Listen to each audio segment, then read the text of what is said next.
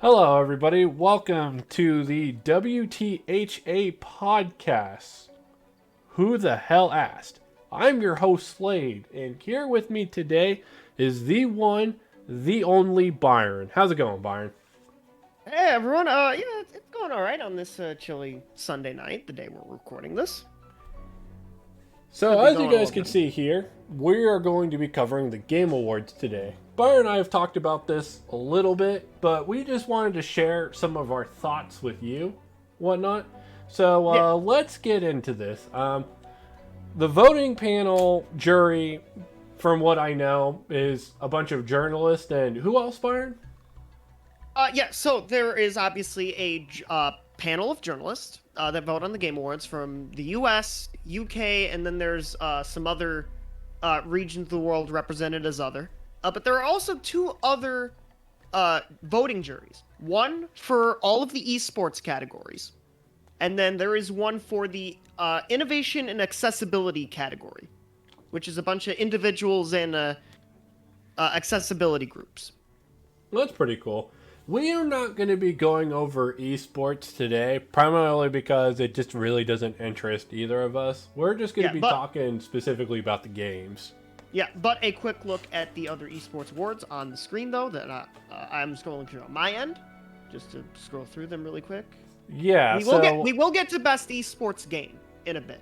yeah, we'll talk about the best esports game, but we're not going to go over like the esports teams, individual players, coaches, and all that, because I Yeah, feel because like we neither of us yeah are really educated enough yeah on it. we're not knowledgeable enough. If we were, we would, or if we had a guest who was knowledgeable, we would, but we don't, As so we're I not it's gonna. primarily just a thing of personal interest. Honestly, neither of us really care all that much. So, yeah, guys, it is what it is. Okay, so you can see on screen here we have the Game of the Awards nominees and whatnot.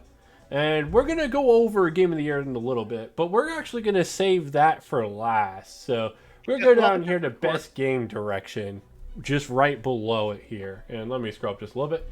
Okay, so for best game direction for an outstanding creative vision, innovation, and creative game design. So basically, what this award is for is a game taking a specific direction, gameplay loop, or whatever, and really who just succeeded the most with it in their game. So Byron, read out the nominees for us. And the nominees are Final Fantasy VII Remake from Square Enix, Ghosts of Tsushima from Sucker Punch and Sony Interactive Entertainment, Hades from Supergiant Games, Half-Life Alyx from Valve, and The Last of Us Part 2 from Naughty Dog and Sony Interactive Entertainment. Yeah, those And are our games. So we got an interesting list of games here. Four of them are really, really, really good games, and one not so much. That's just my opinion, but we'll get Yeah, more into depth about the quality of the games later. So let's talk about these games individually. So starting with the Final Fantasy VII remake, bold move for it to switch from a traditional turn-based, RPG combat routes to real-time action and whatnot. turn-based combat is an option you can toggle on.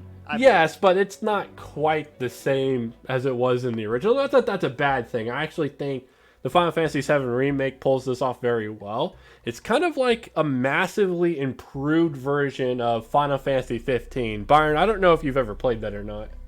I have seen enough gameplay to know that people kind of didn't like the combat. Yeah, Final Fantasy 15 combat is kind of wonky. You had like two different attack buttons.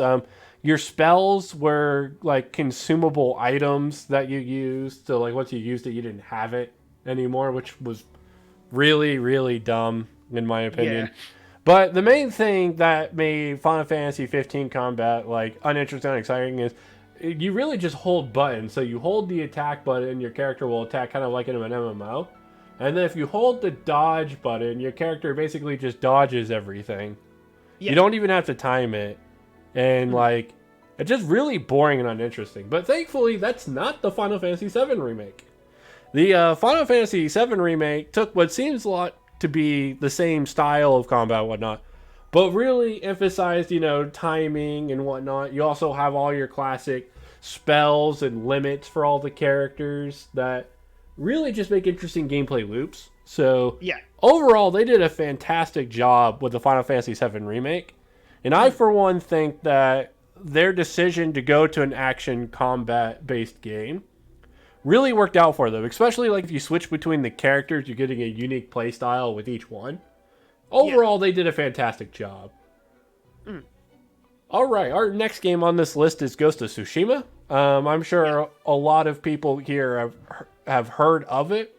I personally haven't played it, but it is a action game. Is that correct, Byron? Yeah, it's... I was gonna say the typical, these days for Sony, third-person action game. Oh, right, yeah, there's a lot of them. So, like, you see, like, shit like The Last of Us and God of War. Yeah. Unfortunately, I'm not super educated on this game, but I have seen some gameplay videos and whatnot. It seems to be like a really, really good kind of reminds me a little bit of Neo a bit. Is that the game I'm thinking of? Yes. Yeah. I believe that is the game you were thinking. Yeah. Yeah. And honestly, it just looks like a really fun, fantastic experience. I don't think it necessarily brings anything terribly new to the table, but if it ain't broke, don't fix it, right? So I think it's just because of the unique locale. Not many games have this like Japanese like feudal style. Yeah, and as I said, I do think the game's absolutely gorgeous, and I'm sure it's very fun to play. So I just don't think it brings enough new or unique ideas. As I said, if it ain't broke, don't fix it. But I feel like that's typically what they give this kind of award to. You know what I mean? The whole new direction type of thing.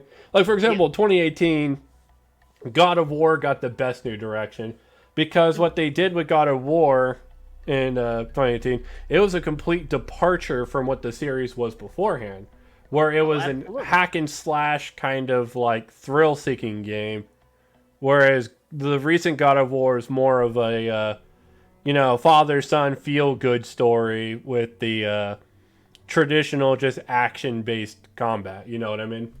Boy. So, as I said, Ghost of Tsushima is a very good video game. It's fantastic. It's great to see it here. I just kind of wish I had played it. Yeah. Okay, so the next game on our list, I'm sure a lot of you have heard about. Byron, you want to talk a little bit about Hades for me? Yeah, it's from what I've been hearing, because I know a lot of people have played this. This is a very unique.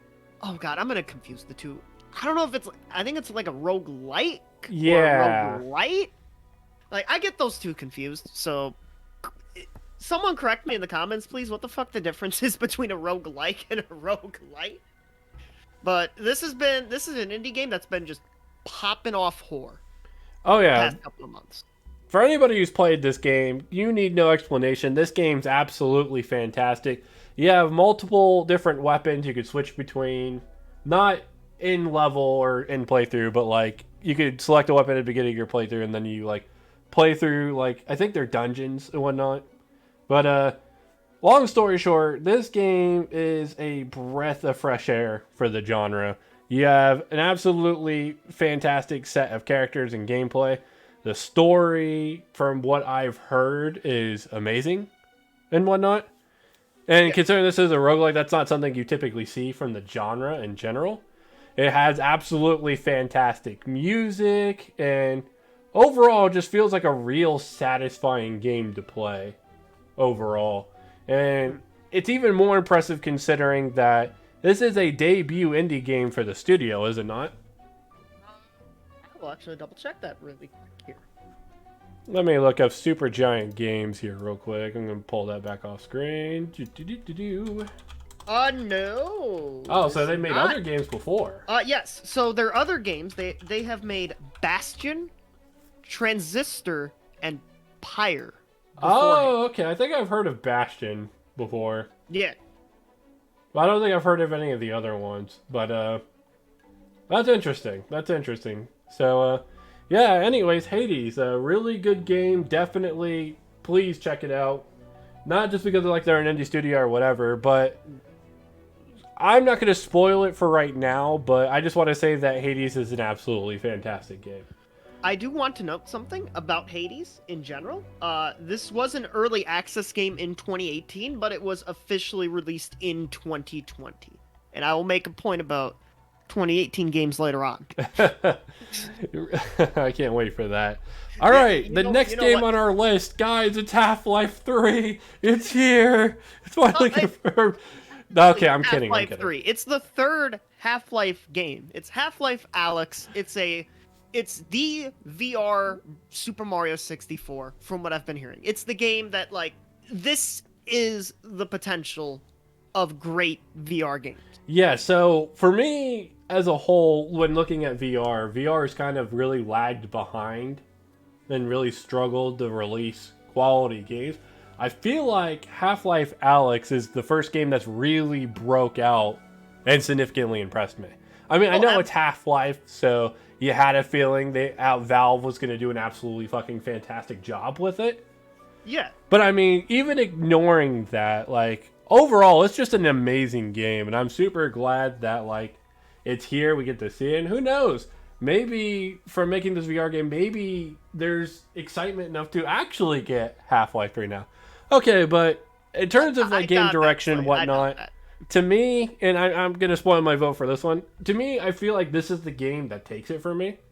Simply because of how much they succeeded in terms with the game overall in VR. And I feel like this is going to be a huge step forward for VR as a whole. But that's just my take.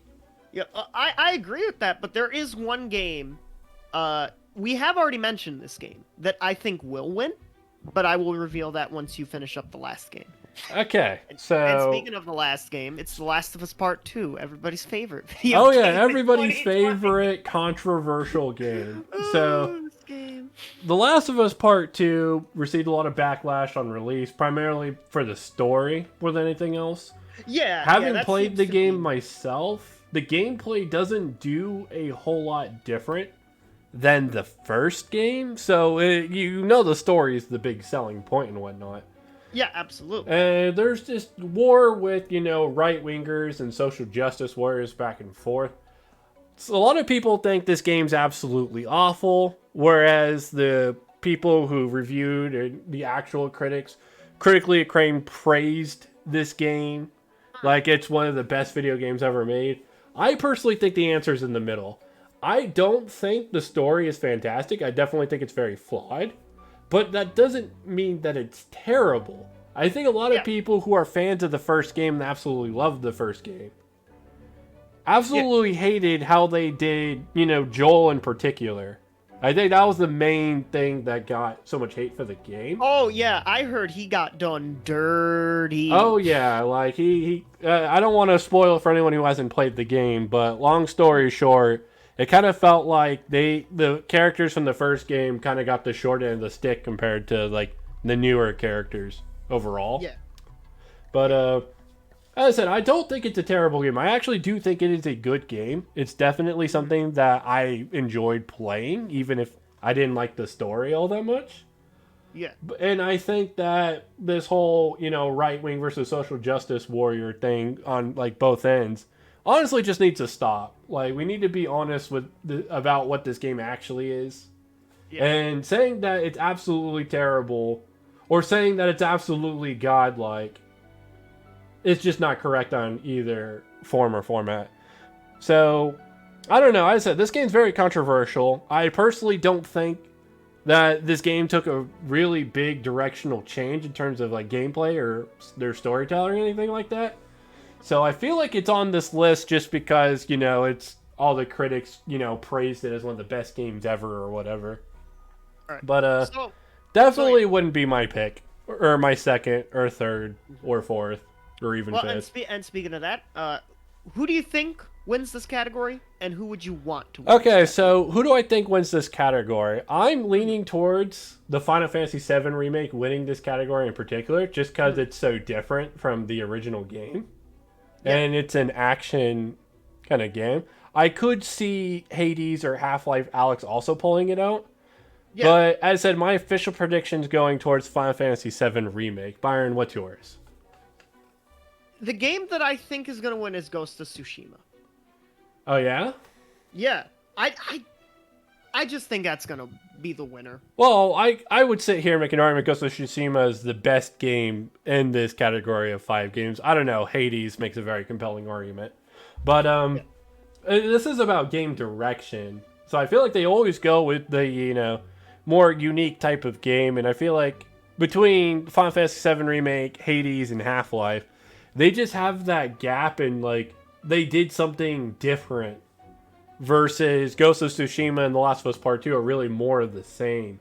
Even though Ghost of Tsushima is very good and obviously an improvement on the formula and everything, it still doesn't bring enough new to the table, in my opinion. That's what I think will win. What I would want to win, Half-Life. Yeah, Half-Life who I want to win is Half-Life Alyx, because as I said, I just want to see VR games as a whole take a significant step forward in terms of quality and whatnot.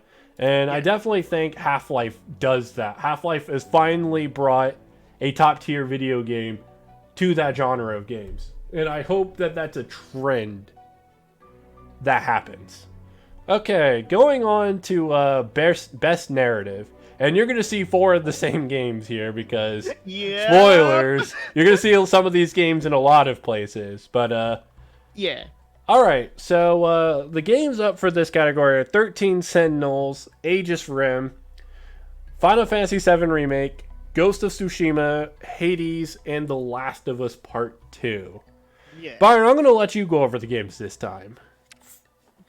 You're really gonna let me? I don't know jack shit about any of the story. I don't like this is a trend that you'll see for a lot of categories. Like Slade is the guy who knows more than me, but in some of the categories, I'm gonna fucking be going off. So I will actually let you just handle this one. Okay, so I actually don't know anything about 13 Sentinels, Aegis Rim. I probably should have did some research before doing this podcast, but I know about the other 4 games and their narratives and whatnot. So I'm just going to go ahead and jump straight into predictions here, because we talked about these 4 games in the previous segment or whatever. I think for best narrative, The Last of Us Part 2 is going to win here. Oh, agreed. That's the game I think it's going to win. Yeah, it's not because I think they have the actual best narrative. The story is what's most controversial about the game to begin with. But because the panel of voters are all news outlets and whatnot, and people who all crazy praise this game, I feel like they're going to try to validate their decision with the game. And I think it's a real shame, because I think Hades in particular makes a very strong argument, but I don't know. I feel like this is definitely something that's going to The Last of Us Part 2. Now, who am I going to vote for? It's definitely going to be Hades. No disrespect to the Final Fantasy VII Remake, but the story that we've already been told for the most part, I know that there's some differences, especially towards the very end. And you also have to keep in mind that, in my opinion, it's only a third of the original game's release. Yeah. And to me, that kind of hurts my opinion of it just a little bit. It's still a fantastic game. I absolutely love it. But as of right now, my allegiance is still with the original. So, Byron, who are you voting for here? Well, if I was gonna vote, I don't know. I'd probably vote for, FF's Final Fantasy VII. Yeah. Or maybe Hades. Like I said earlier, I do think Last of Us 2 is winning the category. Yeah, I think this is probably one of the easiest categories to really predict. I'm 90% certain. There are some easier ones, I think, but we'll get to those later. It's not the easiest, it's just one of the easiest ones. Because I said, I'm pretty sure the people on the voting panel are going to validate their reviews and give this award to The Last of Us Part 2. Okay, so best art direction. Now, this is something everybody can get behind without playing the game. Which game looks amazing and feels prettiest? So, yeah, I'm sure you all see the 4 familiar faces, but we got a new one on this list. So which is Ori and the Will of the Wisp by Moon Studios / Xbox Games Studios. Yep. So looking at this overall, obviously all of these games are gorgeous. You look at all these absolutely. games, they're all stunning. Seeing the Final Fantasy VII remake in this day and age is absolutely fucking breathtaking. I love it. Ghost of Tsushima, also an extremely gorgeous fucking game. I love Hades' art style. It just, the way that they made it really come to life, despite keeping its, like, I want to say it's a comic book type of appearance, really? I don't know. They did an absolutely fantastic job. Obviously, Ori Will the Wisp is a beautiful, stunning game. I love its art. I love the levels and everything. Yeah. And obviously, The Last of Us Part 2 definitely looks like a hyper-realistic, modern, this is what a zombie apocalypse would actually look like kind of game. All 5 of these games are stunning, right? Absolutely. Obviously, there could only be one winner. So, Byron, who do you think wins this category? I think I might be a bit of a wild pick. I think Ghost of Tsushima wins the category. The game I want to win the category would either be Hades or Ori. Okay, so why do you think Ghost of Tsushima will win? Don't get me wrong, Ghost of Tsushima looks stunning. I don't know. I just think the setting will probably win it out over the other games. That's fair. That's fair. That's just my gut feeling. So, for me, I'm pretty torn. This is probably the hardest award to pick, or one of the hardest awards in my opinion, because this could go one of like 2 ways. They're either going to go for the modern 4K graphics, absolutely stunning titles, or they're going to go for the more artsy kind of original approach that Hades and Ori brings. Mm-hmm. But if I had to make a prediction, I'm going to go with Ghost of Tsushima as well. I definitely think in terms of the modern, games, it definitely looks the most beautiful overall. I do agree with you a bit on the setting, but that's not to say that, I think it should win over like Hades or Ori Will the Wisp. But I do think when you take a look at like the industry as a whole, they're leaning more towards hyper realistic games. Yeah. And you can't deny just how stunning Ghost of Tsushima looks. You really can't. So my vote personally, what's up? All 5 of these games look. Oh yeah, all 5 of these games are absolutely stunning. I just want to iterate that. Yeah. But I feel like Ghost of Tsushima just kind of takes it just by a little bit. My vote is personally also going to Ghost of Tsushima as well. Mm-hmm. But as I said, you literally can't go wrong with any of these 5 games in this category. Like, absolutely. All absolutely stunning games.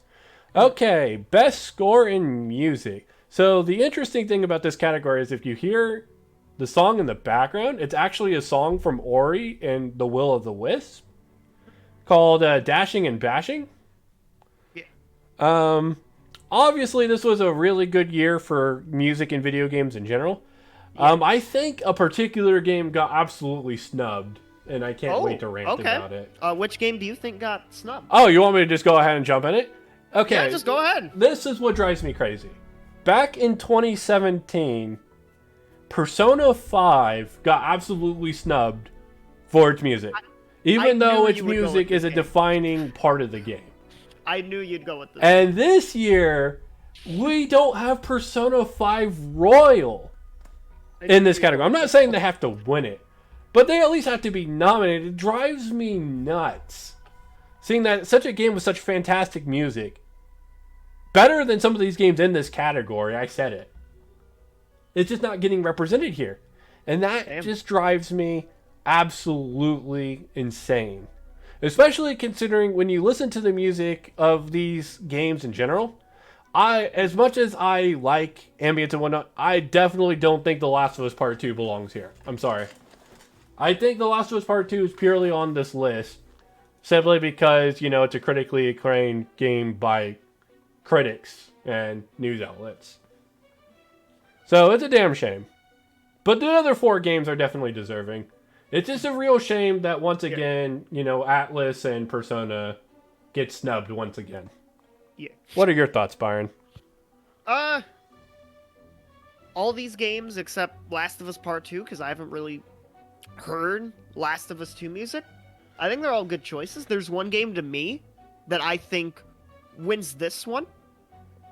And I'm going to go with Final Fantasy VII Remake.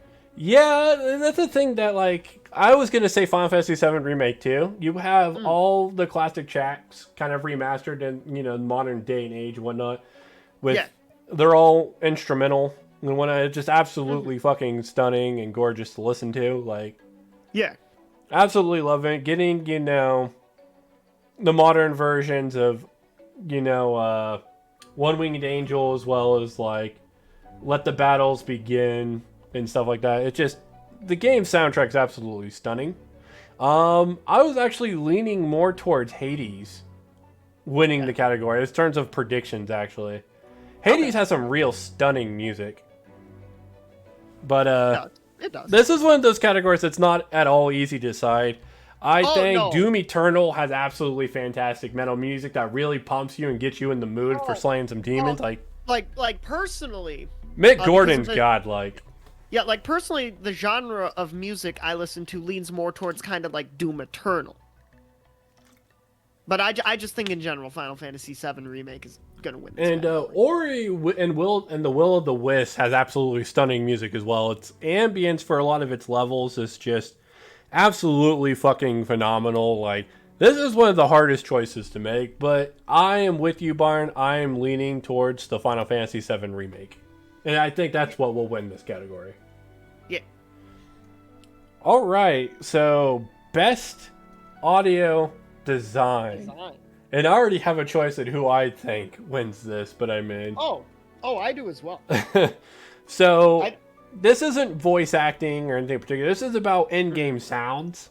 So, like, when you punch an enemy, you hear it. When you step on the ground, break a twig, you hear it. Kind of stuff like that. Yeah. I'll go over the nominees. You have Doom Eternal, Half-Life Alyx, Ghost of Tsushima, Resident Evil 3, The Last of Us Part 2. This is another really, really tough choice because, as I said, these game developers do a really great job. Hyper-realism is taking more and more in place, so they're making, mostly accurate sounds to really, pull you in. Yeah, immersion. Yeah. Okay, so I'm going to ask you what your thoughts are, Byron. Who do you think wins this category? Honestly, this one was an easy choice for me.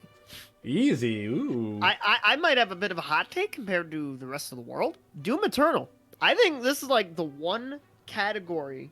Actually, there's one other category I think Doom Eternal wins. But I think this is one of the categories that Doom Eternal's it's got this.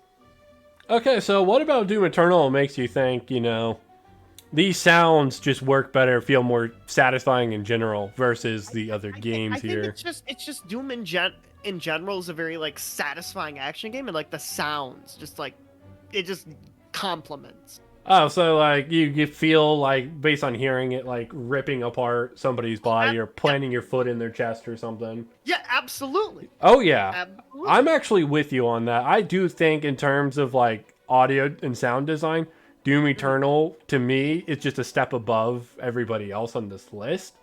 But again, Half-Life Alyx absolutely does a fantastic job, as does Ghost of Tsushima. And this is where I'm going to give The Last of Us Part 2 credit.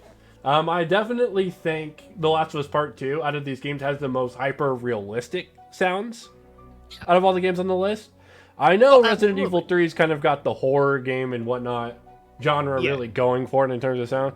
But I still lean towards Doom Eternal overall. It just, when you feel and listen to the sound of putting your hands on the enemy and just ripping them to shreds, or you fucking firing off the BFG, there's something immensely satisfying about listening to it that these games don't really quite capture.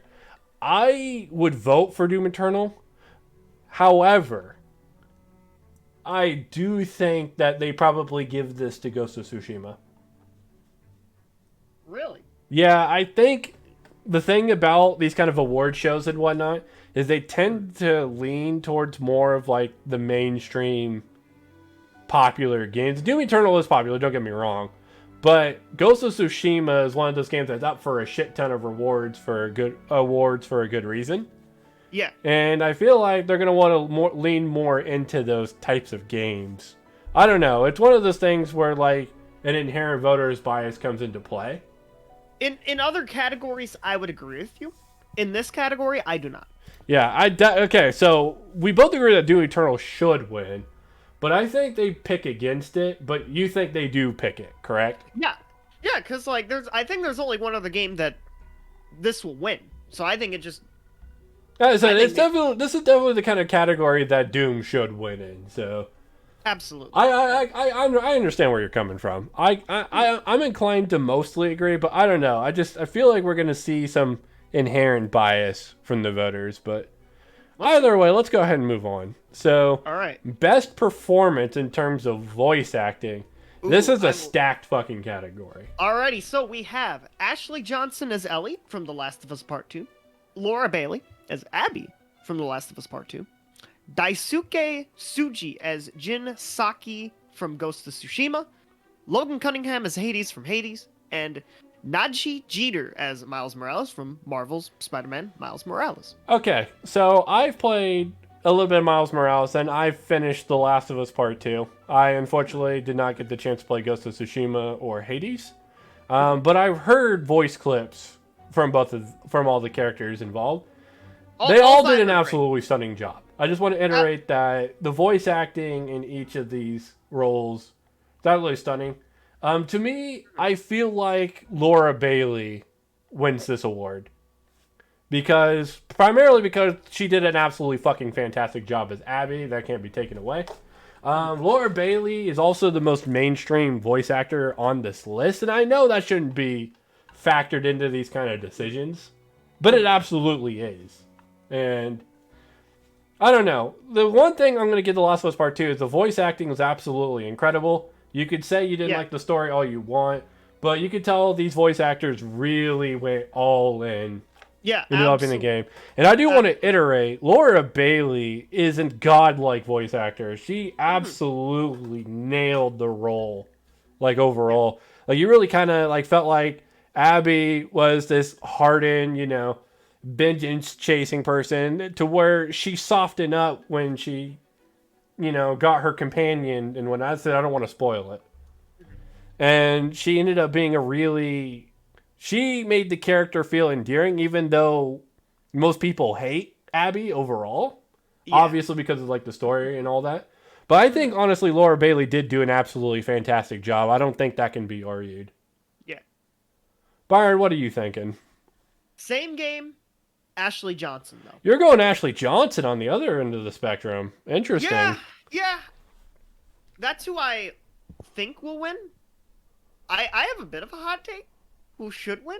I'm gonna go with Naji Jeter as Miles Morales. Naji Jeter, interesting. Yeah, I mean, he also did a fantastic job. But go on. Great job. Yeah, you pretty much just summed up. I think he did, probably from what I've seen, the best job. But, like, all 5, incredible work.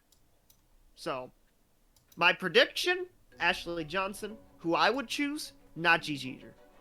Yeah, and I just want to iterate, Logan Cunningham as Hades was absolutely fucking flawless in the role, as was Daisuke Tsuji. But ultimately, I think, to me, it's going to come down to both that name brand recognizability, and not to mention The Last of Us is also a critically acclaimed game. So I think Laura Bailey is going to win.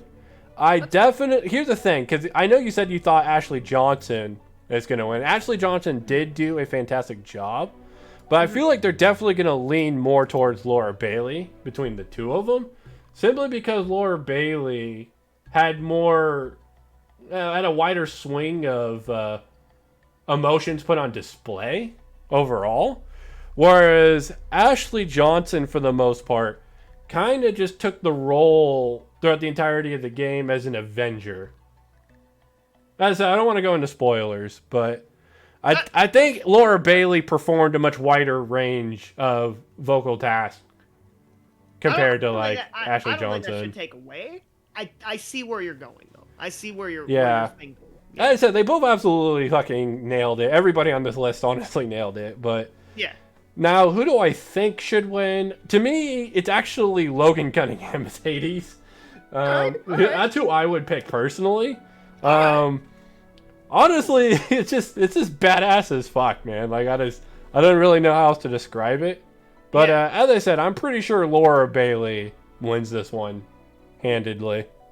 All right.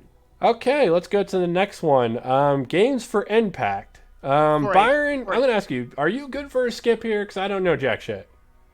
I'll just say who I think is going to probably win. That's all. Okay, who do you think wins, Byron? It's probably the game I've heard the most about. Probably Spiritfarer, honestly. Yeah, you know what? I'm with you there. I definitely think Spiritfarer is the most popular game on this list. Partly because it's also the only one I've heard of. And it's nothing against any of these games. Like, they're all probably great games. It's just. But you know what? That's why I don't want to really get into it. I'm not even gonna vote. Simply because I just don't know enough about the category. Like, I've never played any of these games. I've never watched any videos on these games. I don't want to get too much into it, but I think Spiritfarer is probably a safe bet. It's definitely the most popular game on the list. Let's go ahead and get going. All right, best ongoing game. All right, so now we have some different games to talk about. Oh boy. Yeah, for once. Yeah. So let's go over the contestants here. We have Apex Legends from Respawn/EA, Destiny 2 from Bungie, Call of Duty Warzone from Infinity Ward/Activision, Fortnite from Epic Games, and No Man's Sky from Hello Games. Yeah.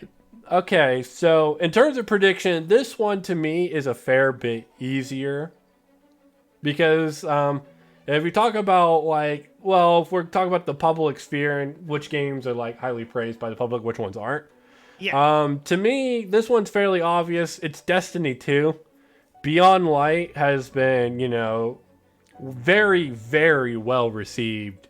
Even if there are, some bugs and whatnot. And that's not going into Forsaken earlier this year, as well as other Destiny expansions. Did Destiny go free to play this year or last year? I think it was last year. No, I think it's this year. Was it this year? I think it went free to play this year. Okay.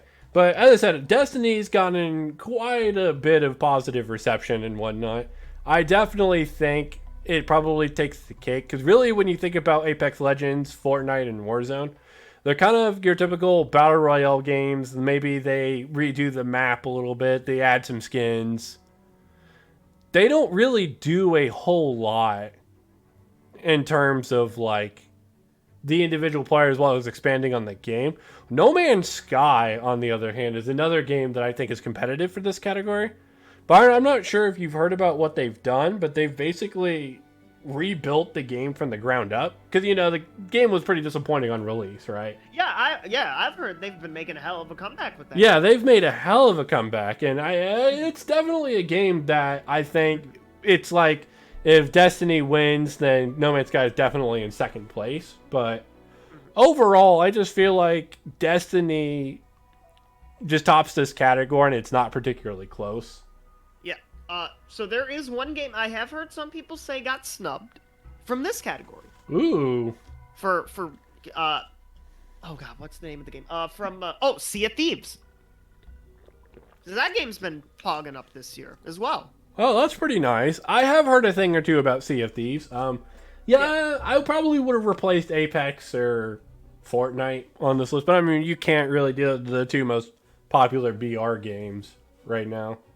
Yeah. Call of Duty Warzone does deserve to be on the list. I don't think it's as good as Destiny or No Man's Sky, but honestly, they've done some great things with their expansions and whatnot. They've been regularly supporting the game since it's come out. I just don't think you can argue against Warzone being on this list.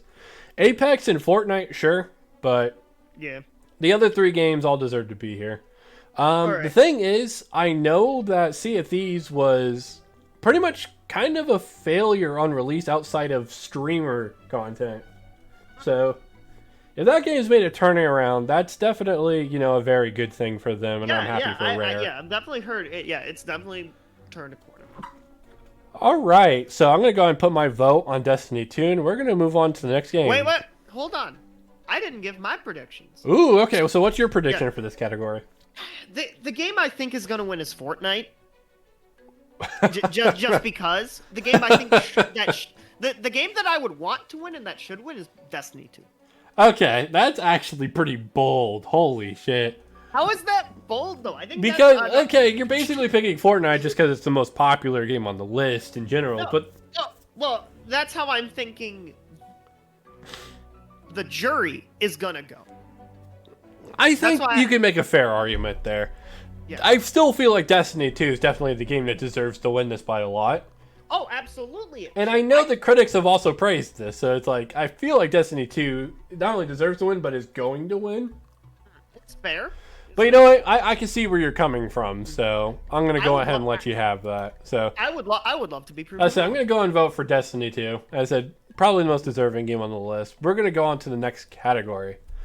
Best indie game. Ooh, now, this is competitive. Okay, so best indie for outstanding creative and technical achievement in a game made outside the traditional publisher system. So the nominees are Carrion from Phobia Game Studios / Devolver, Fall Guys Ultimate Knockout from Mediatonic and Devolver Digital, Hades from Supergiant Games, Spelunky 2 from Mossmouth LLC, and Spiritfarer from Thunder Lotus Games. This one, pretty easy choice. I think it's the easy choice, Slade, for this reason. Hades is winning because it's nominated. Spoilers, it's nominated for Game of the Year. I'm inclined to agree with you on that point for the most part. I think Hades is going to win this as well, simply because it's been the most critically acclaimed game on the list between the 5 of them. Fall Guys isn't up for any other multiplayer game or family game, right? It's up for, but it's not nominated for the absolute highest category, which is Game of the Year, whereas Hades is. And because of that, that means they're acknowledging overall that Hades is just a better overall game. And I definitely think Hades runs away with this for that reason. Obviously, Fall Guys is probably the most popular game on this list, but popularity versus game's quality are two different things. Yeah, and as much as I love Fall Guys, as you see if you follow my Twitch channel, it's been one of my most pogged up games. I don't think it wins this one. Yeah, I think this is an easy one. It's definitely going to be Hades. Now I get a prompt for fucking voting. Okay, that's weird. But yeah, as I said, it's a game that's nominated for Game of the Year. It's probably the highest quality game on here. No offense to, Carry On, Spelunky 2, and Spiritfarer, all probably fantastic games. This is always a 2-game race between Hades and Fall Guys. And Fall Guys it got the multiplayer, craze for a bit. But even it's fallen off since then. Whereas... absolutely. I think it's lost, 80? 70-80% of its player base? Oh, yeah. So... It is what it is. Hades is definitely winning this game. Absolutely. Best mobile game. And there's a little bit of controversy here. Oh, fucking boy. Byron's been waiting for this the entire podcast. Yeah, okay, so, best mobile game for the best game played on a mobile device. The nominees are Among Us from Innersloth, Call of Duty Mobile from Timmy Studios and Activision, Genshin Impact from MiHoYo, Legends of Runeterra from Riot Games, and Pokemon Cafe Mix from Genius Sorority. Rest in peace, the Pokemon XD series. Pokemon Coliseum, come back! Okay, but all seriousness now. Okay, so let me fucking start this one off. Okay, I'm gonna say, there is one game that should not be here. And as much as I love playing it, Among Us is a 2018 game. The mobile release was 2018. This is the 2020 Game Awards. It should not be fucking here. Nothing against the game. Again, nothing against it. It shouldn't be here. But Byron, isn't it good that a game that really took off this year gets this kind of exposure and whatnot? Okay, I mean, people didn't really give it a shot until this year. I get that. But it's a 2020 Game Awards. No other game has had the exception that Among Us has had. I mean, PUBG in 2017, but I digress. Okay. That game went, I think it was in early access in 2017. Yeah, it wasn't a game that was released yet, but it was up for Game of the Year. Okay, it technically released. Yeah, see, here's the thing. He's willing to make excuses for PUBG, but it's looking the other way for Among Us. Like, Hold on. I'm not about that double It standard, was my in the guy. same year. It was in the same year, Slade. Among Us was a 2018 game that started pogging up in the summer, though. I don't know. I think we disagree here. I get that Among Us is a 2018 game, but the problem is it didn't really have visibility. Nobody really knew it existed. Whereas now it's gotten that kind of attention and whatnot that it deserves. Among Us is a fantastic game. Yeah, it's a great social deduction game. Exactly, It could be best ongoing game. Yeah, it's amazing they didn't put it in that category. Yeah, like, what the fuck?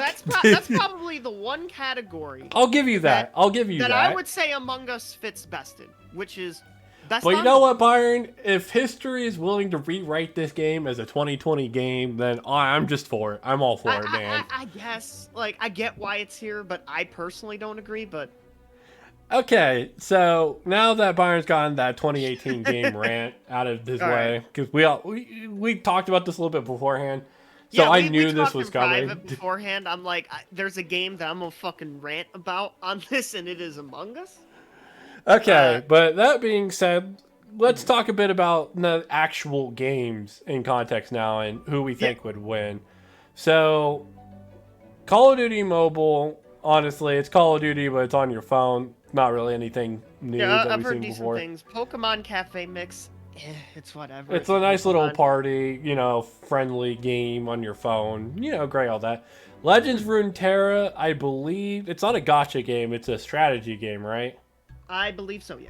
Yeah, and I know quite a few people play that, but I don't think they play it as much as what's that other game I'm thinking of that's on PC? It's like the card-looking one where you pull all your champions.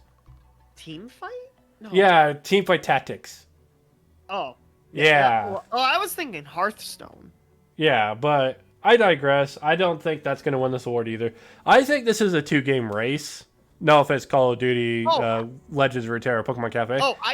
This is entirely between Among Us and Genshin Impact. Agreed. Genshin Impact kind of has more of a success as a PC game than it does as a console or mobile game. But it is a mobile game that is fully functional on MOBA. It's basically mobile Breath of the Wild, but anime. Mm-hmm. And I've played a lot of Genshin Impact. In fact, I think I have a serious problem. Please fucking help me. Played a lot of Genshin Impact. Yeah, in fact, it's probably a very serious problem, and I need help. But I digress. So, Genshin Impact, absolutely one-to-one experience on your phone. Fantastic game. Honestly, I'm surprised it wasn't a Game of the Year candidate, but we'll get to that. We'll get to that in a bit. It is what it is. The thing is, does the mobile experience of Genshin Impact measure up to Among Us in general? Because Among Us is probably the best social interactive game of our lifetime. Hands down. And when you think about the context of that and the fact that they put Among Us up here on this list for the award, I feel like they give this award to Among Us, actually. Because Among Us isn't just a fantastic, social interacting game. It's also a fantastic stream game.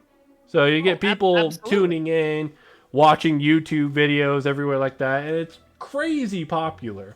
So it's not just people playing the game that makes popular, but it's also the people who watch the game as a form of entertainment. It's kind of like watching or reading a mystery novel, but maybe to a much lighter extent.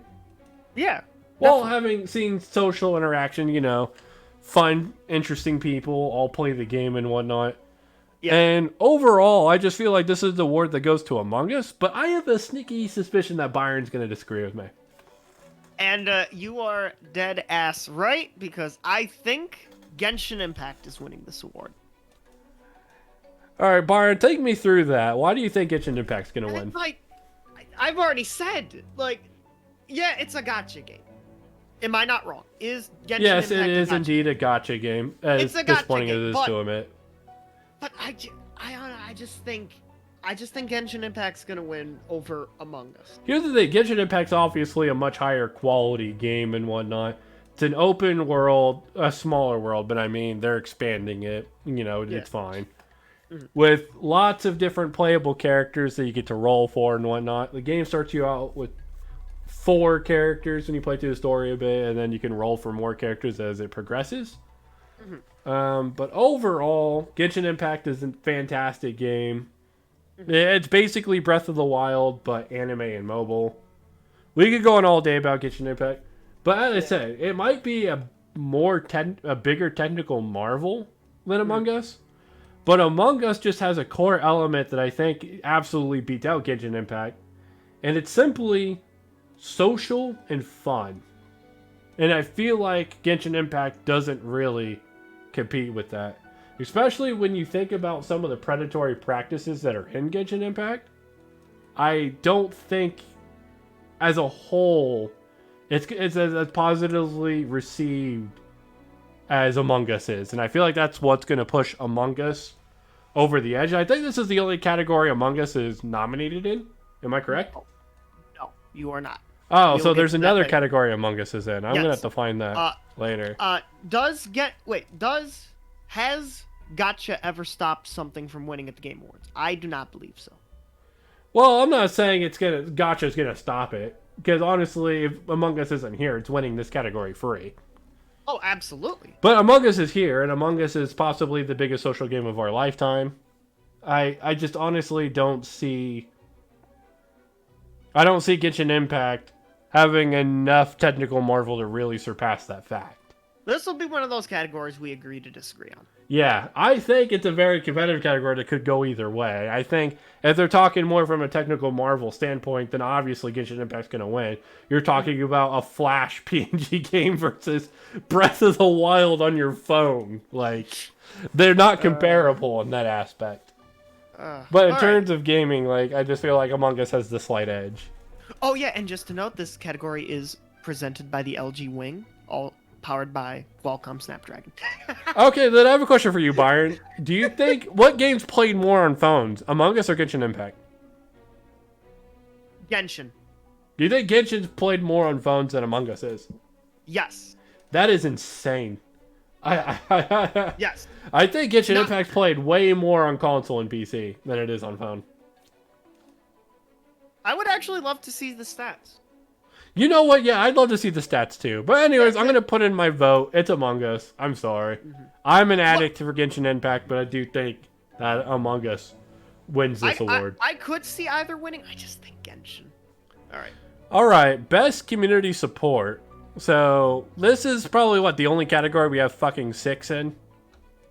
Well, game of the year. Oh yeah. The rest of them seem to have 5. Okay, so for best community support, we have Apex Legends, Destiny 2, Fall Guys Ultimate Knockout, Fortnite, No Man's Sky, and Valorant. This is another very, very tough category. Oh, it's not. Not for me. Not for you. Well, I could tell you, if this is based on which developer listens to their community, it's still tough because there's 2 games I'd pick. But if it's in terms of like best overall community support, then I'd add another 2 games to, and it's a 4-game race. So we'll start with you, Byron. We'll start with you this time. Who do you think is going to win the award? Destiny 2. Destiny 2 again. Interesting. Yeah. I think.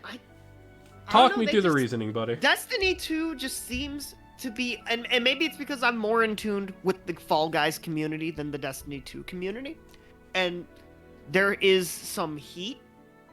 It's still kind of heated within Fall Guys. And then the Fall Guys community on if the devs are actually listening or not.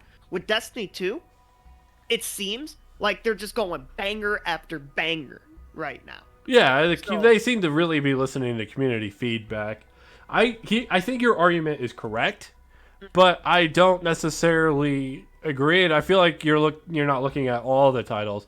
No Man's Sky is a game that has listened to their community and ultimately turned around their game because of it.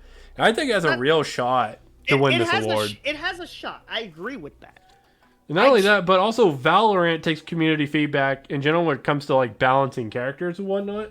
That's another game that has very strong community support. And I agree with you that you brought up Destiny 2 and Fall Guys because those are the 4 games that I feel like have a clear edge. I don't think Apex Legends or Fortnite are really end this conversation. Yeah. I feel like it's between these 4 games. That's a tough choice. But in terms of listening, let's say this is just the transparency and listening to their community, then to me it's between Destiny 2 and No Man's Sky. But if it's in terms of like, you know, community responses, Twitter overall, then you could add Fall Guys and Valorant to that as well. But well, it's all 4. Yeah. But to me, overall, I feel like you give the edge to Destiny 2 here. I actually agree with you on that front. I think they obviously listened from the concerns. The base game release of Destiny 2 was a complete and total failure. Everybody's mad. Yeah. And they've really turned it around and brought it back with their subsequent DLC and whatnot. Kind of like what they did with Destiny 1 with the Taken King and whatnot. It's a shame they had to learn the same lesson twice, but I mean, so be it. It is what it is. Well, this time they're free from EA. Yeah, you mean Activision, but yeah. Oh yeah, Activision. I know what you mean. We all know what you mean. So, as I said, No Man's Sky is it's hard to really overlook how they turned around that game. That's true, but and listen to their community as well. So I think Destiny 2 is just more popular. Yeah, I'm with you. I'm gonna vote for Destiny 2 here. But as I said, I definitely could see No Man's Sky or Valorant winning it as well. As I said, Fall Guys to me is just, yeah, they have the guy on the Twitter, but that's their striving force, their guy on Twitter. Well, they do listen to the community. I'll say this. The person that they put on the Twitter for Fall Guys is single-handedly carrying the game right now. Well, I would also say streamers. But... Streamers and that guy on Twitter, that's for sure. Like, they do listen to the community. I don't think it's enough over games like Destiny 2, No Man's Sky. As much as I am obviously a fan and streamer of Fall Guys. All right. Let's go to our next category, and this is probably the easiest one. Yeah. Period. This is like VR, AR games. We have Dreams from Media Molecule, Half-Life Alyx from Valve, Marvel's Iron Man VR from actually, what the fuck is it? Camouflage? I'm just gonna say Camouflage. Star Wars Squadrons. Holy fuck, I'm bad. From Motive Studios / EA. And The Walking Dead Saints and Sinners from Skydance Interactive. I think that you already know our opinions on this, guys. Yeah. It's definitely Half-Life Alyx. It's not close. Yeah. Half-Life Alyx brings the whole genre up from where it's ever been before. Like, it's an evolution of VR games in general. It's probably the first critically acclaimed really good VR game out there. If you've heard of another one, let us know in the comments, but... honestly, this is not close. Some people would argue Dreams. Because people really pogged up for Dreams. Yeah, Dreams is really good, right? And that's just another great thing for the platform. But, like... oh, absolutely. Dreams doesn't have shit on Half-Life Alyx, I'm sorry. Yeah. Okay, so that's a pretty easy category. Half-Life Alyx, we think... I said, this game's basically Half-Life 3. In my eyes. Yeah, basically. Hey, it is the third Half-Life game. That's pretty nuts. Okay, innovation and accessibility. And Byron, this one's going to be all you. Yeah, I'll take the reins a little bit because I know somewhat about this. Innovation and accessibility, recognizing software and or hardware. I don't know why they said and or hardware. There's no hardware options here. That is pushing the medium forward by adding features, technology, and content to help games be played and enjoyed by an even wider audience. The nominees are Assassin's Creed Valhalla from Ubisoft Montreal, who sadly got swatted this past weekend. Yeah, that was unfortunate. Yeah. Grounded by Obsidian, Hype Root by Tribe Games, The Last of Us Part 2 by Naughty Dog and Sony Interactive Entertainment, and Watch Dogs Legion by Ubisoft Toronto. This one's easy. If you've ever seen a menu for The Last of Us Part 2, there are so many fucking accessibility options. It's nuts. It's going to win. It's going to win in that one. Yeah, I'm inclined to agree here. By the way, it's actually Hyperdot for Tribe Games, but let's not get in that. The font. Like... yeah. okay, so, on my screen, the D looks like an O. No, it looks like that on my screen, too, but I've seen some gameplay of it, so that's just how I know. But nothing against Hyperdot. It's probably a good game, just in terms of accessibility, holy shit, Last of Us 2. Like, you have an entire menu with, like, 15 plus options. Like, holy shit. Alrighty. All right, let's go ahead and move on there. I'm not going to vote because I'm not well informed enough. Best action game. So this is where things get juicy. Oh boy. So you have Doom Eternal, Hades, Half-Life Alyx, Neo 2, and Streets of Rage 4. So this is a really, really juicy category this year because you have some Game of the Year candidates. You have Hades and Half-Life Alyx on here. Doom Eternals, obviously. Yeah. What's up? You said Half-Life Alyx was a Game of the Year candidate. Isn't it? It is. No, it's Doom Eternal. And, okay. Doom Eternal is the other one. That's right. Yeah. Half-Life Alyx, possibly the best VR game ever by a lot. Neo 2, sequel to the first Neo game, absolutely fucking fantastic game. Mm-hmm. And then you have Streets of Rage 4, classic beat 'em up. You love to see it. Yeah. To me, this is a no-brainer. It's closer than I'm making it out to be, but I actually do think that Doom Eternal wins here. Yeah, it's a tough call to make. Except maybe I would probably rank Half-Life Alyx as like the bottom of these 5. Yeah, Half-Life Alyx definitely isn't as action-oriented as the other games on this list, but I'm also giving it a lot of credit because it's a VR game as well. Mm-hmm. I just think overall Doom Eternal. Yeah, I do think Doom Eternal wins this category. Now, Hades is phenomenal, and it's really amazing. It's really good. And I feel like it's definitely like a 1A, 1B type of situation because they're two different, totally different types of games. Mm-hmm. But I feel like the reason Doom Eternal takes this is because it's more in line with the mainstream in terms of like that, like tearing your enemies apart, using all the guns, stuff like that. Yeah. I just feel like it just wins this category. This category is made for games like Doom and whatnot. Oh, absolutely. It's not really made for roguelikes. So we're going to go with Doom Eternal here. But this is a very close race. I just want to iterate that right now. And if Hades did win, I'm not that surprised. I'm honestly not that surprised.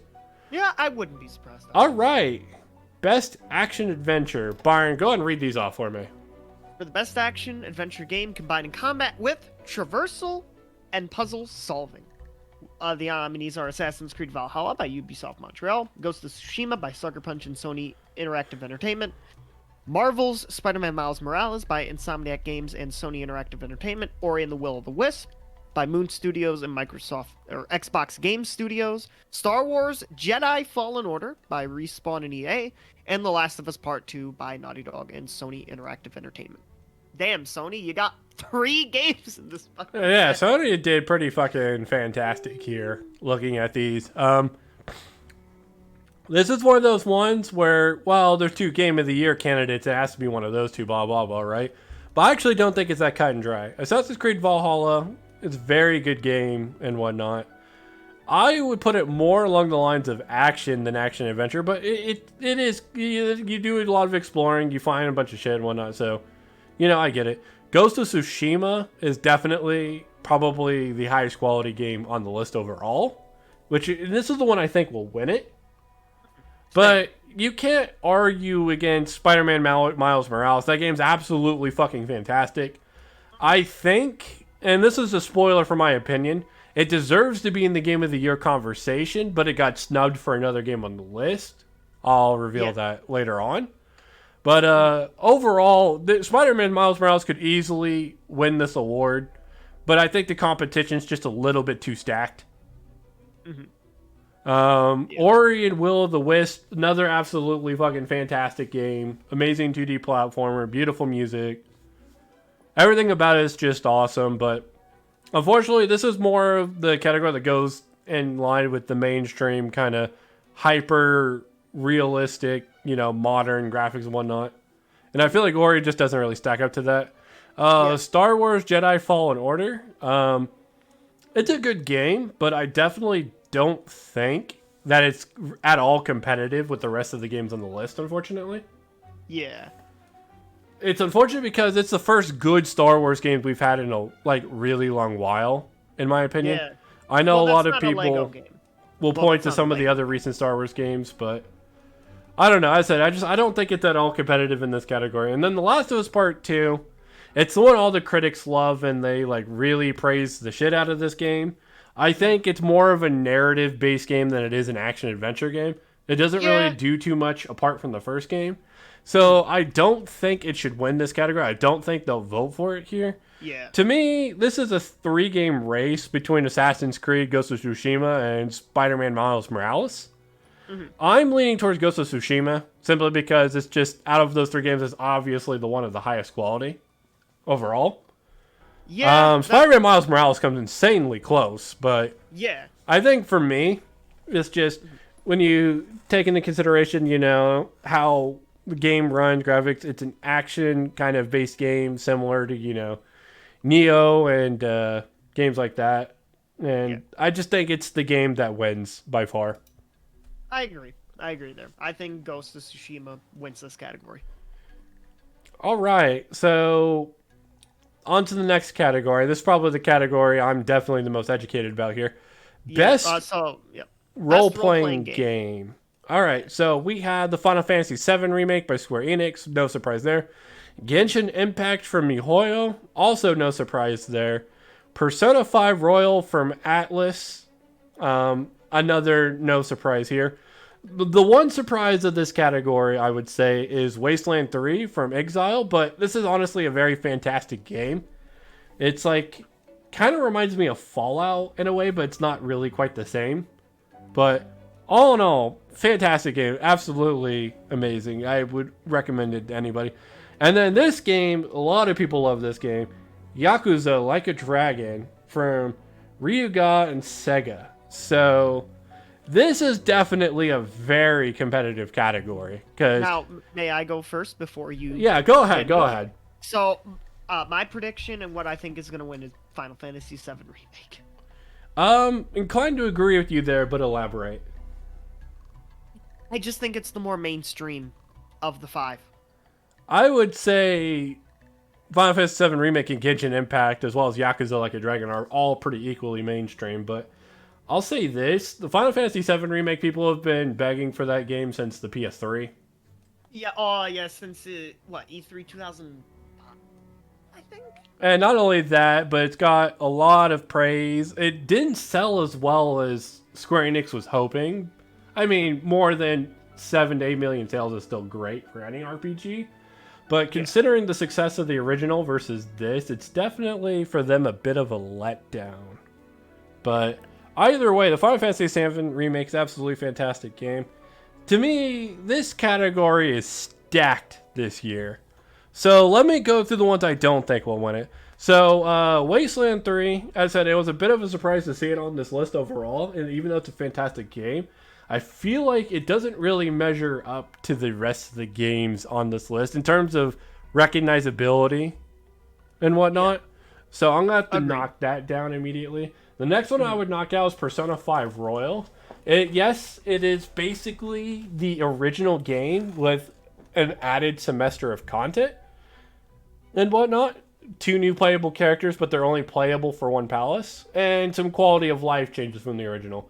So really, it kind of feels like the original with some added DLC. And I think that hurts the game a lot. Persona 5 Royal is absolutely fantastic, and I would recommend everybody play it. But I definitely don't think it's winning this category when it's largely the same game over again. I don't know if you agree with that or not, Byron. You could technically, I guess, maybe say the same thing for Final Fantasy VII Remake? Yeah, but Final Fantasy VII Remake's an action game now, and you're talking about like a blocky 64-bit under pre-rendered background game versus the stunning, gorgeous game that it is now. Yeah, that's also true. Like Final Fantasy VII. Persona 5 Royal is very much the same game as Persona 5. Yeah, Persona 5 was like a couple of years ago game. Yeah, like 2017, and absolutely fantastic godlike game. Both of them are. Highly recommend them. Can't say it enough. But that's it. I don't think it wins this category. Which leads me to the last 3 games. So, in terms of quality, let's say overall quality, I actually think the strongest game on this list is actually Yakuza Like a Dragon. Not surprising. Not surprising, right? But I don't think it's as mainstream recognizable as, Genshin Impact and Final Fantasy VII Remake, and I think that hurts it. Overall, I think Yakuza Like a Dragon's like one of those every year you have a few must-play games. Yakuza Like a Dragon's definitely one of those must-plays. But overall, I don't think it's going to win this category. Simply because of the name brand recognizability of the Final Fantasy VII Remake, as well as how crazy popular Genshin Impact is. It's basically, like I said, it's basically an RPG anime Breath of the Wild. And that's not light praise. That is not light praise at all. So, well, yeah, obviously, otherwise you wouldn't have put. Yeah, God so knows how many hours? Yeah, so Yakuza Like a Dragon. It's really unfortunate because I feel like it would have won last year. It would probably win next year, but this year, just the category is way too stacked. So I'm sorry, it's probably not gonna win. So that leaves us between Final Fantasy VII Remake and Genshin Impact. And Genshin Impact, very popular game. You play on your phone, PC, or on console. You know, I think it's just PS4 right now. I don't know if they're ever going to put it on Xbox or not. Who knows? Who knows if... Well, they could put it on Switch. I doubt it. Nintendo doesn't want anything competing with Breath of the Wild 2 in that genre of game.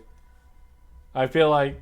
And I know they put on Of Gods and Monsters or Phoenix Rising or whatever. Immortals, but they don't Phoenix think that Rising. game seriously threatens Breath of the Wild status. Genshin Impact definitely would. And that's why they can't have that on their console, in my opinion. I guess. It's virtually the same type of game, Byron, for the most part. It's like... that debate's neither here nor there. So, the thing about this is I feel like the edge goes to Final Fantasy VII Remake. Simply because it's something that fans have been asking for nearly 20 years now. It's absolutely, stunning seeing the original story look like it does now and whatnot. I know got a lot of critically acclaimed praise. Not to mention, Final Fantasy VII Remake's a Game of the Year candidate, isn't it?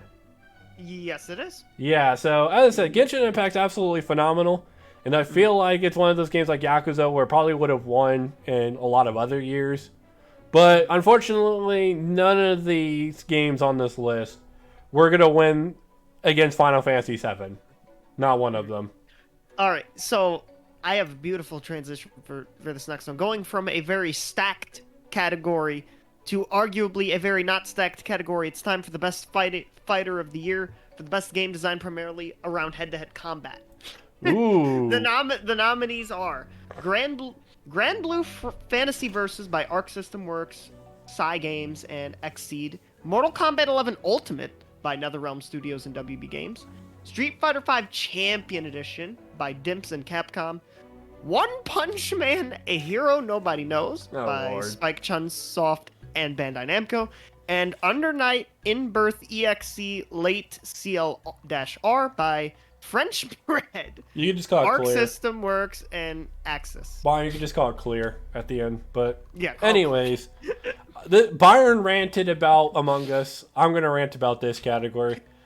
You go ahead. DLC expansions should not count as new games. Period. And I think it's absolutely ridiculous that you have Mortal Kombat 11 Ultimate and Street Fighter V Champion Edition here. I understand that a lot of people will say, well, those games are like massively changed. All they did was add character. Hell, Mortal Kombat only had a season and a half of DLC. I just want to iterate that before they packed it together and called it Mortal Kombat 11 Ultimate. This is insulting. And I don't care. I understand Mortal Kombat 11 is a very great game. NetherRealm Studio does a great job with, their net code and whatnot.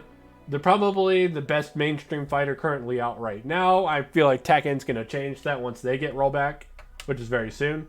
But either way, you should not see games previously released on this list. And the next thing I'm going to rant about, One Punch Man, A Hero Nobody Knows, is an absolute fucking joke of a game. It's your typical low-budget, low-effort fucking anime title. And it's absolutely terrible. So basically, Jump It's Force added from here last to give this category a fifth game, even though two of these games shouldn't be on here anyway. Honestly, I think this year they could have skipped Best Fighting Game. I understand that's some very, very harsh criticism. But I mean, Mortal Kombat 11 was literally contending for Fighting Game Last year, not 1 year, not 2 years ago, not 3 years ago. Last year.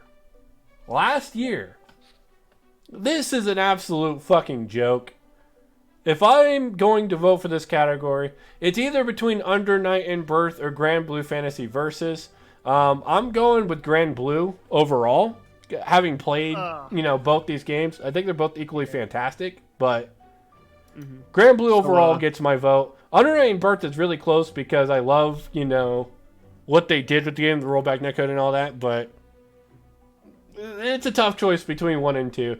But these 2 games in the middle, they're an absolute fucking joke. I have no idea why they're here. So, are you ready to get angry at me? All right. Okay, okay. So let me cancel my vote real quick. I forgot to say, who do I think will win? Yeah. This is bullshit. But I'm 90% certain Mortal Kombat 11's gonna fucking win.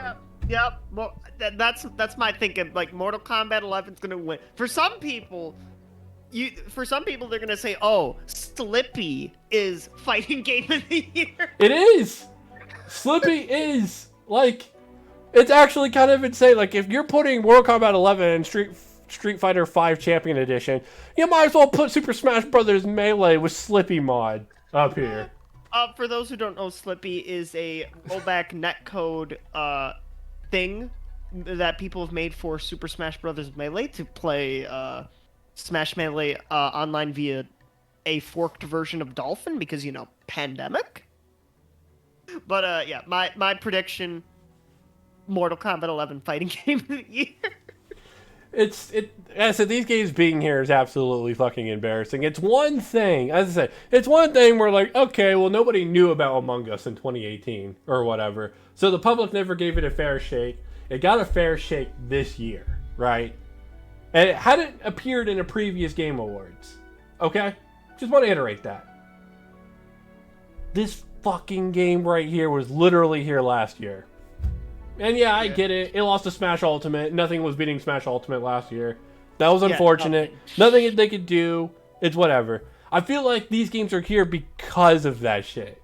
And it's ridiculous. It was a very light year for the genre as a whole. So then they shouldn't have the category here. You know why they were going to have the category, though? It's always here. Ridiculous. All right. So from games that make Slade mad to games that hopefully make people happy. Yeah, it's the best family game. For the best game appropriate for family play, irrespective of genre or platform.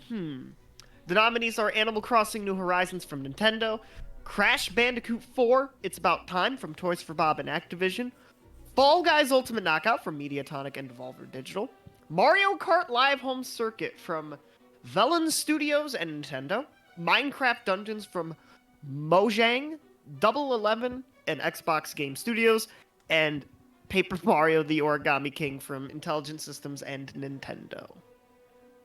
All right, bro, I'm going to let you go first here. What are you thinking about this category? Oh, this is a little bit of an interesting category, probably one of the more varied categories. We have, obviously, Animal Crossing. For some people, the game of the pandemic. Yeah.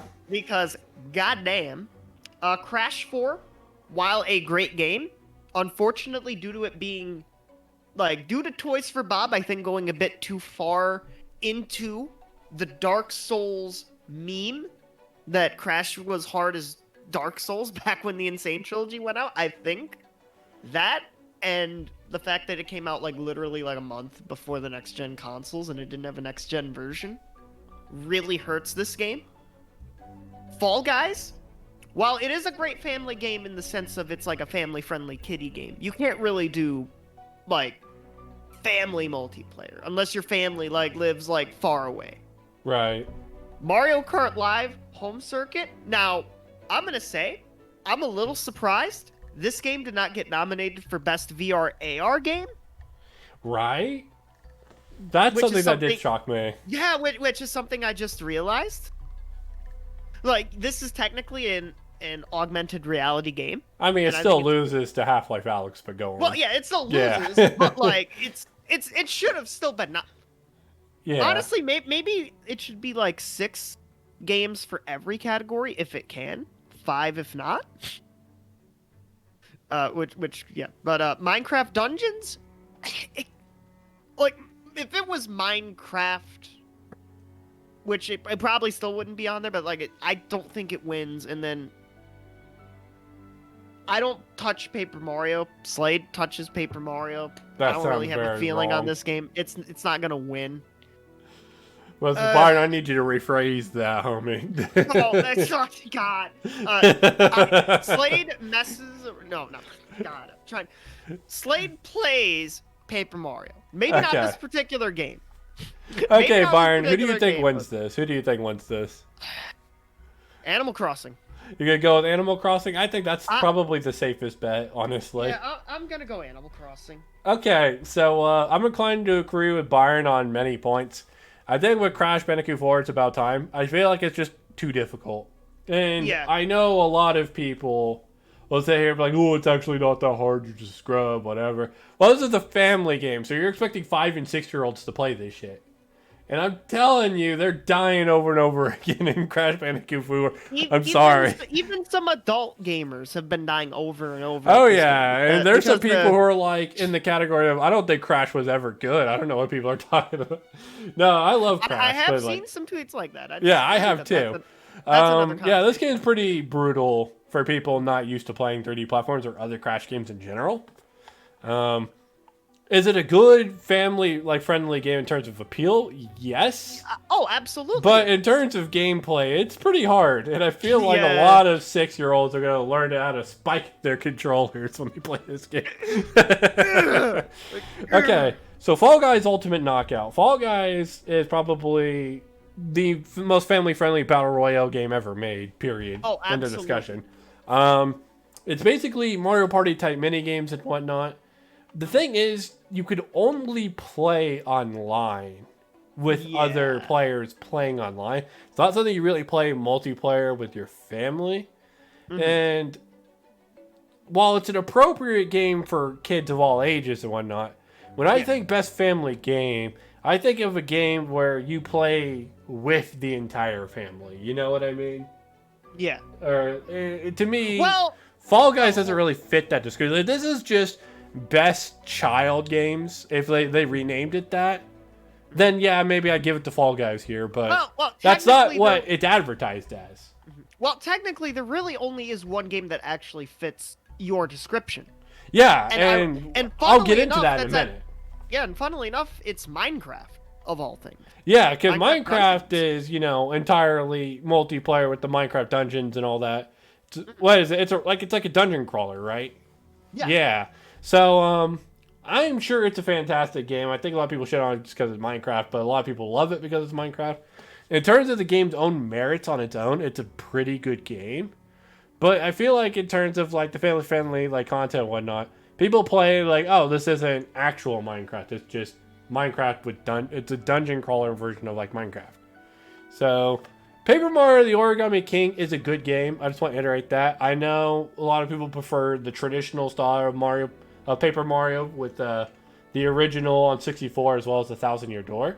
But I feel like they finally improved enough on the sticker star / color splash style of Paper Mario games where this one is good. It is good. Yeah.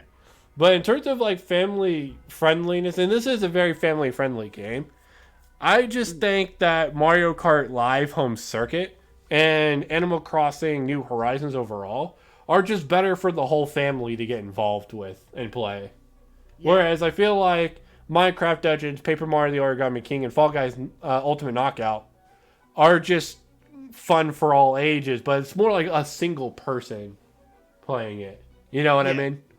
Well, you could technically kind of say the same thing for Animal Crossing. Yeah, well, okay, no. Here's where you're wrong about Animal Crossing. Animal Crossing is, in fact, multiplayer. And you can't have multiple people running around your island at once doing things It's definitely a very multiplayer-friendly experience. Is it local multiplayer? Yes. Yes, Byron, it Oh. is local multiplayer. I don't know where you heard that it wasn't. Yes. Oh. You can play it to 4 people in your living room. Oh, I did not know that. Yeah. You know what? Now you're making me question it. I'm going to fucking look this shit up. I'm pretty sure you can. I don't know, even though, from the description of what you said earlier, Minecraft Dungeons should probably win this. It's not winning. It's not going to, because you also got to take in like critics and all that. Yeah, 4 players, 2 to 4 player local co-op, aka party play, Yeah. and then you also have online play. So yes, you can play Animal Crossing in your living room with up to 4 people. You had me thinking I was crazy for a minute, Byron. Yeah, so this one's a no-brainer. Animal Crossing is running away with this. It's almost sold as much copies as Mario Kart 8 Deluxe, which is really insane to think about. But even ignoring that, its only competition in this category, in my opinion, is Fall Guys. But I feel like the reason why it beats Fall Guys is because Fall Guys is more about playing online against other players and whatnot. It's literally the only thing you could do. Yeah. And a lot of its content is locked behind winning. Whereas with Animal Crossing, it's kind of just, you build your own island, you get to do a lot of stuff and relax, and it's just a friendly family experience. So we both agree Animal Crossing. Yeah, I definitely think Animal Crossing wins here, for sure. Yeah. All right. I have not played any summer strategy games this year. Have you, Byron? Okay. No, but I want to rant about this goddamn category real quick. Okay, so, hit me. The only so obviously, let's just go over the games real quick. Best sim strategy game, games focused on real-time and turn-based simulation or strategy game, irrespective of platform. Crusaders. The nominees are Crusader Kings 3 by Paradox, Desperados 3 by Mimimi Games / THQ and THQ Nordic, Gears Tactics by the Xbox Game Studios, Microsoft Flight Simulator by Asobo and Xbox Game Studios, and XCOM Chimera Squad by Fireaxis and 2K. Now, the only reason this is called Best Sim / Strategy is because the jury didn't know where the fuck else to put Microsoft Flight Simulator. You look at the other 4 games in this category, they're all strategy games. You look at Microsoft Flight Simulator and you're like, the blinking dude guy, and you're like, why is this here? I'm with you on that. I definitely look at Best Strategy Slam Set Strategy Game, and I'm like, one of these games don't belong here. But I get it's a Flight Simulator, and I feel like next year if they don't have another simulator game, it would just be Best Strategy Game. Looking at this, I do think it's absolutely fucking bizarre that they slapped Microsoft Flight Simulator in this category. Probably means that they want it to win. So. Oh, I don't think it's gonna win. Even though it's a technological marvel, it's an incredible piece of technology. I think XCOM Chimera Squad is winning this one. I don't know enough about the category to make that decision. I do think it's absolutely fucking bizarre that they did put the Flight Simulator here, but I feel like they wanted to put it up for some award just to draw attention to the game, and this is really the only category they felt like they could force it onto. I guess that's fair. Yeah, it's definitely a pretty interesting addition to say for sure. Alrighty, probably if I had to be honest, this next one's the easiest one. Best sports racing game for the best traditional and non-traditional. Well, in this case, just traditional sports and racing games. We have Dirt 5 by Codemasters, F1 2020 by Codemasters, FIFA 21 by EA Vancouver, NBA 2K21 by Visual Concepts and 2K, and then Tony Hawk Pro Skater 1 and 2 by Vicarious Visions and Activision. So before we announce the easy winner, I just want to iterate that FIFA 21 and NBA 2K21 were both near unplayable on release. Absolutely fucking garbage dump, terrible games. They had to be fixed up. I'm not about rewarding that practice. I think they need to get away from making yearly releases for these games because it's just the same shit, copy and pasted. I could rant about it all day, but yeah. I just want to iterate that it's embarrassing these 2 games on the list, probably for a lack of games overall. But I just want to iterate, if you thought FIFA 21 or NBA 2K21's on this list, then sorry, you're going to be disappointed then. Yeah, and obviously, I'm going to say this. Tony Hawk's Pro Skater 1 and 2 wins this one. Yeah, this one's really easy. Because it's a remaster of the original 2 game and whatnot. And honestly, we haven't seen a successful skateboarding game since the Skate series. I think Skate 3 was the last crazy popular one.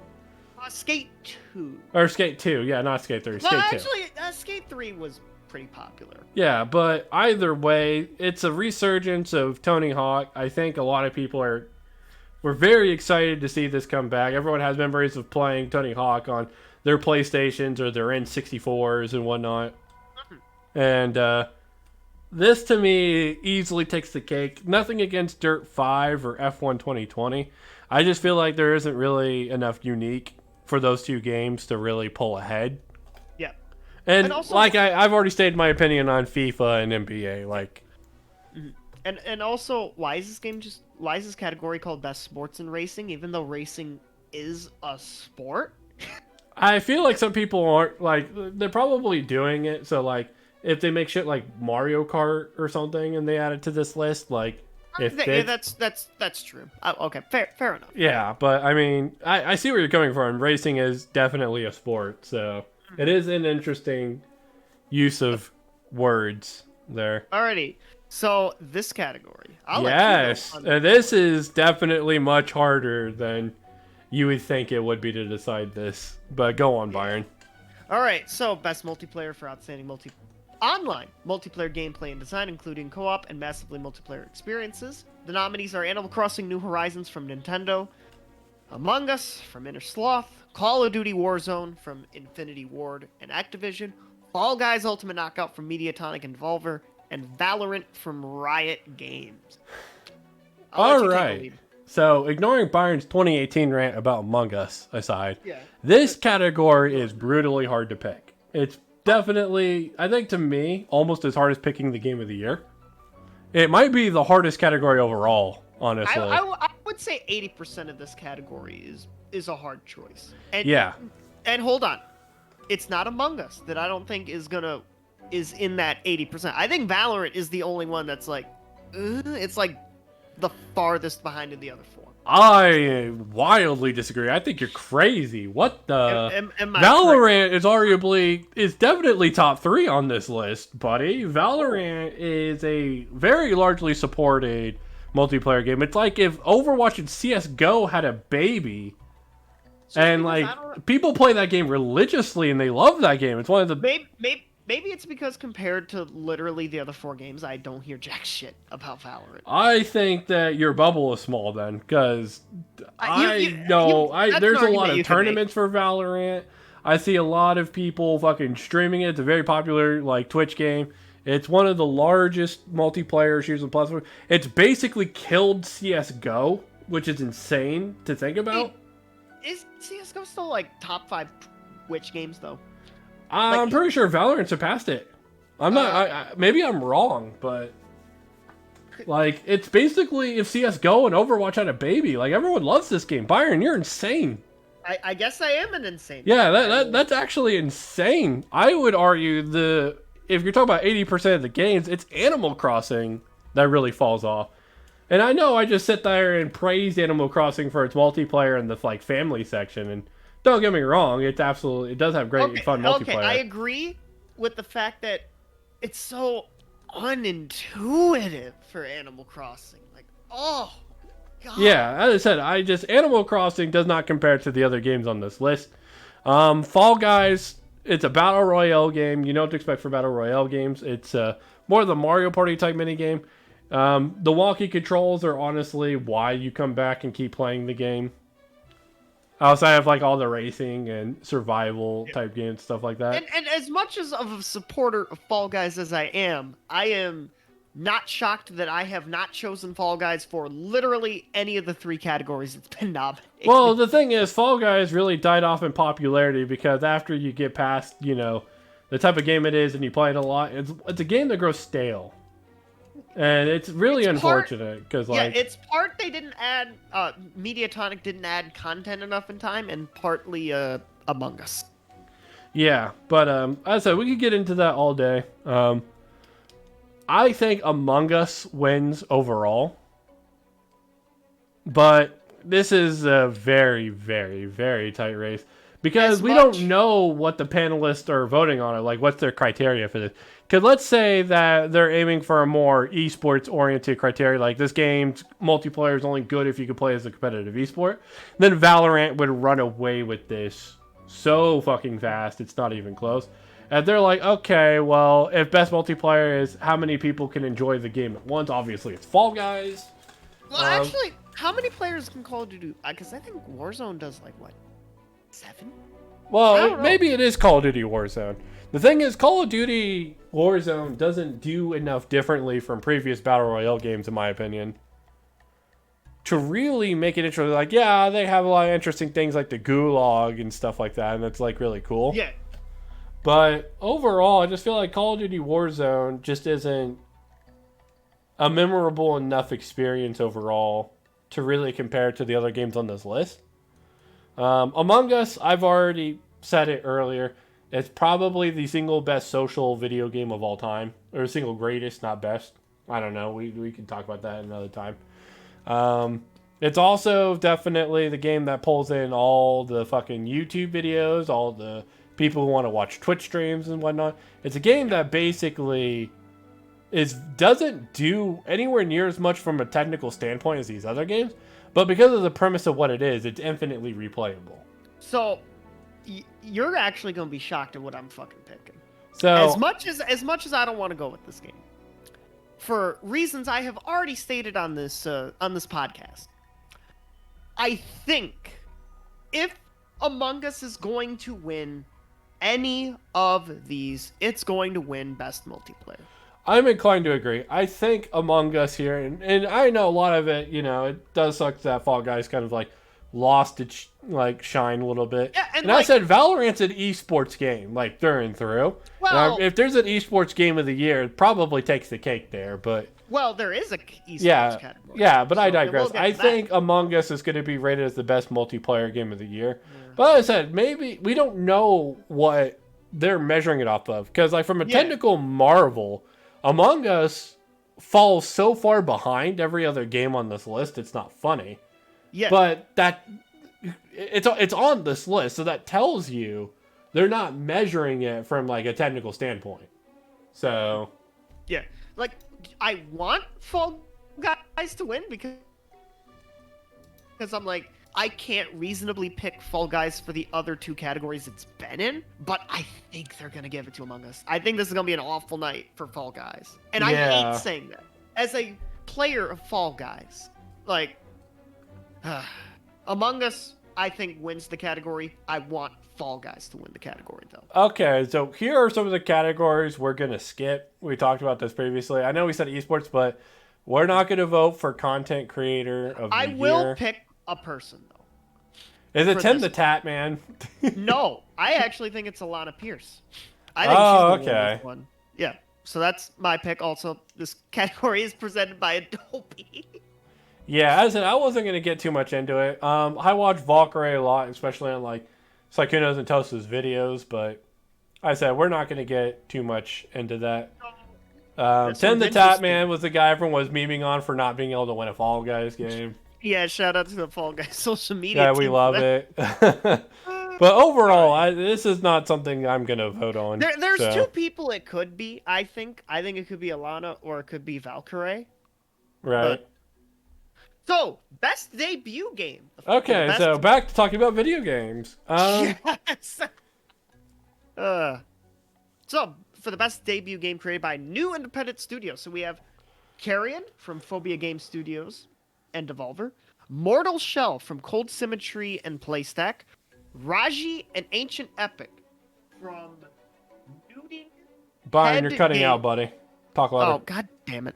Yeah. All right, so Raji, Carrion from Phobia Game Studios, Mortal Shell from Cold Symmetry and Playstack, Raji and Ancient Epic from, is that Newing or Nuding Heads Games?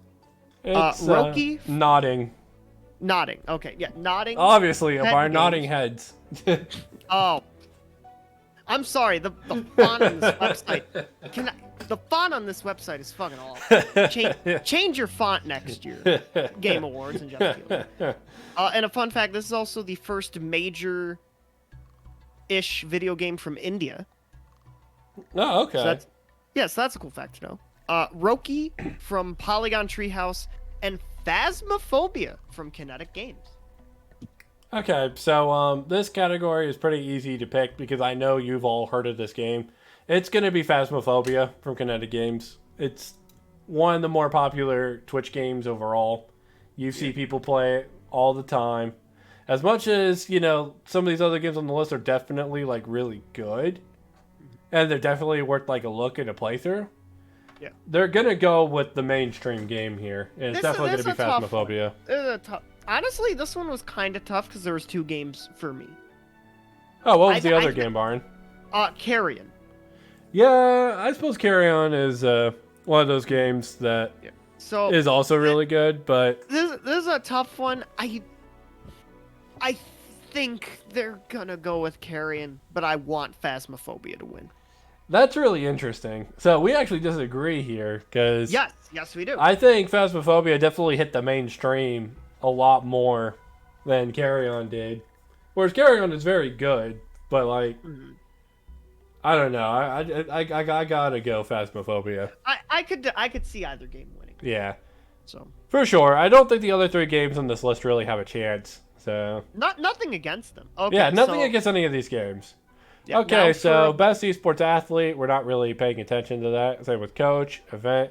Best esports game. This is one we're going to talk about. So your nominees here are Call of Duty Modern Warfare from Infinity Ward, Counter-Strike Global Offensive from Valve, Fortnite from Epic Games, League of Legends from Riot Games, and Valorant also from Riot Games. So one of these games is the new kid to the block, and the others are like the stable old guard. You guys already know my opinion. I think Valorant is going to win this category. Okay. New kid on the block and all that. I've already stated that. It really kind of combined CSGO with the type of powers that characters get from Overwatch. It's its own concept. It's a very popular game on the market right now. I don't think it really has the critical acclaim of League of Legends yet as an esport or as CSGO. But I do think it's the game that's going to win this category, considering the last 3 years I think Overwatch League won it. And it's the game most like Overwatch, really, on this list. And I know it's kind of like a weird thing to say, well, it's like this previous game, therefore it has to win. But League of Legends has not won yet, despite being possibly the most popular watched esport game in the world. I think CSGO makes a compelling argument. But as an overall, I think Valorant wins. Ooh. Spicy. Actually, no, not spicy. Well, no, I have the spicy take. I think League of Legends wins this one. I think it's close. I'm willing to agree with that. It's close. I will admit, it is absolutely close. I feel like League of Legends this year was a down year because they didn't really have audiences and crowds like they usually do and whatnot.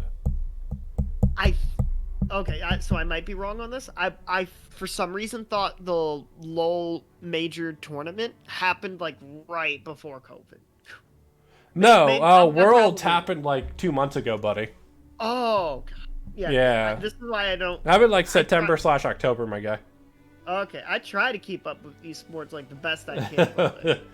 Also, League of Legends won this category before last year, actually. It is the defending champion of this category. That's right. Overwatch won the 2 years before. So, yes.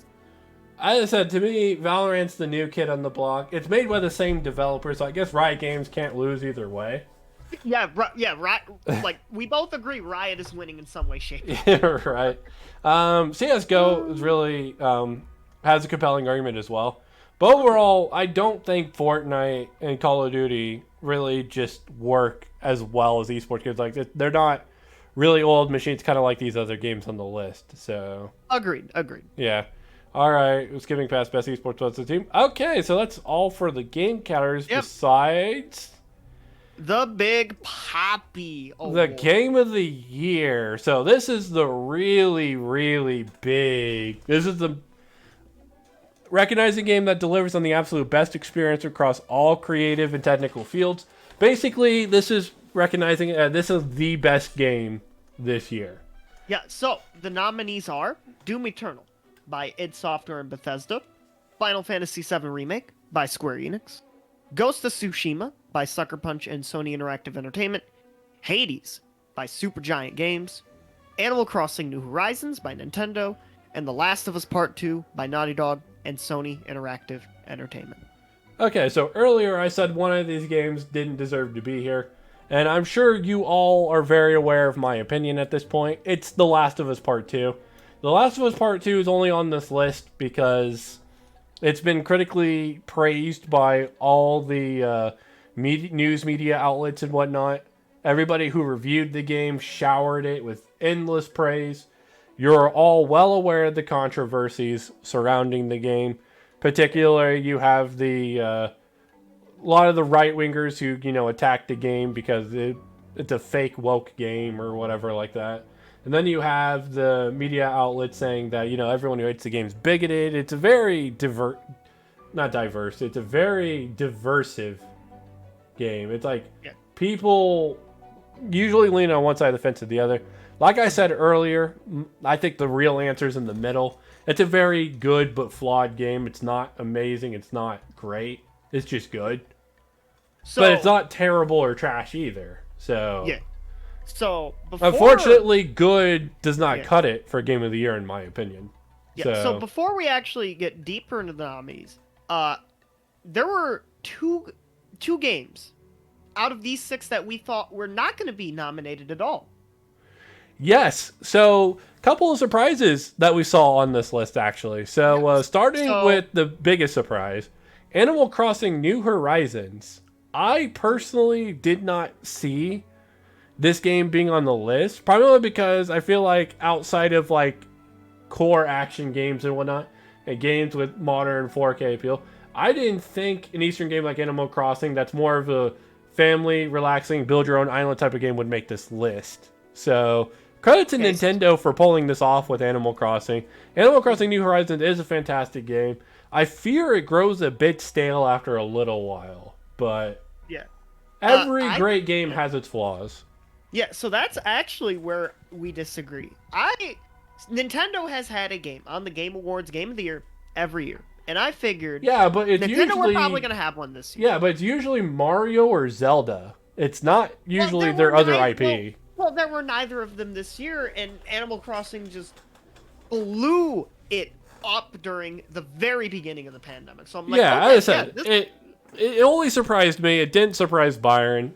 We disagreed because I said the type of games that typically go for these awards and win these awards are more either your narrative Western-based games that you see coming out of Sony and whatnot, or your large-scale action-adventure games you see, kind of like Breath of the Wild, your Skyrims, and stuff like that.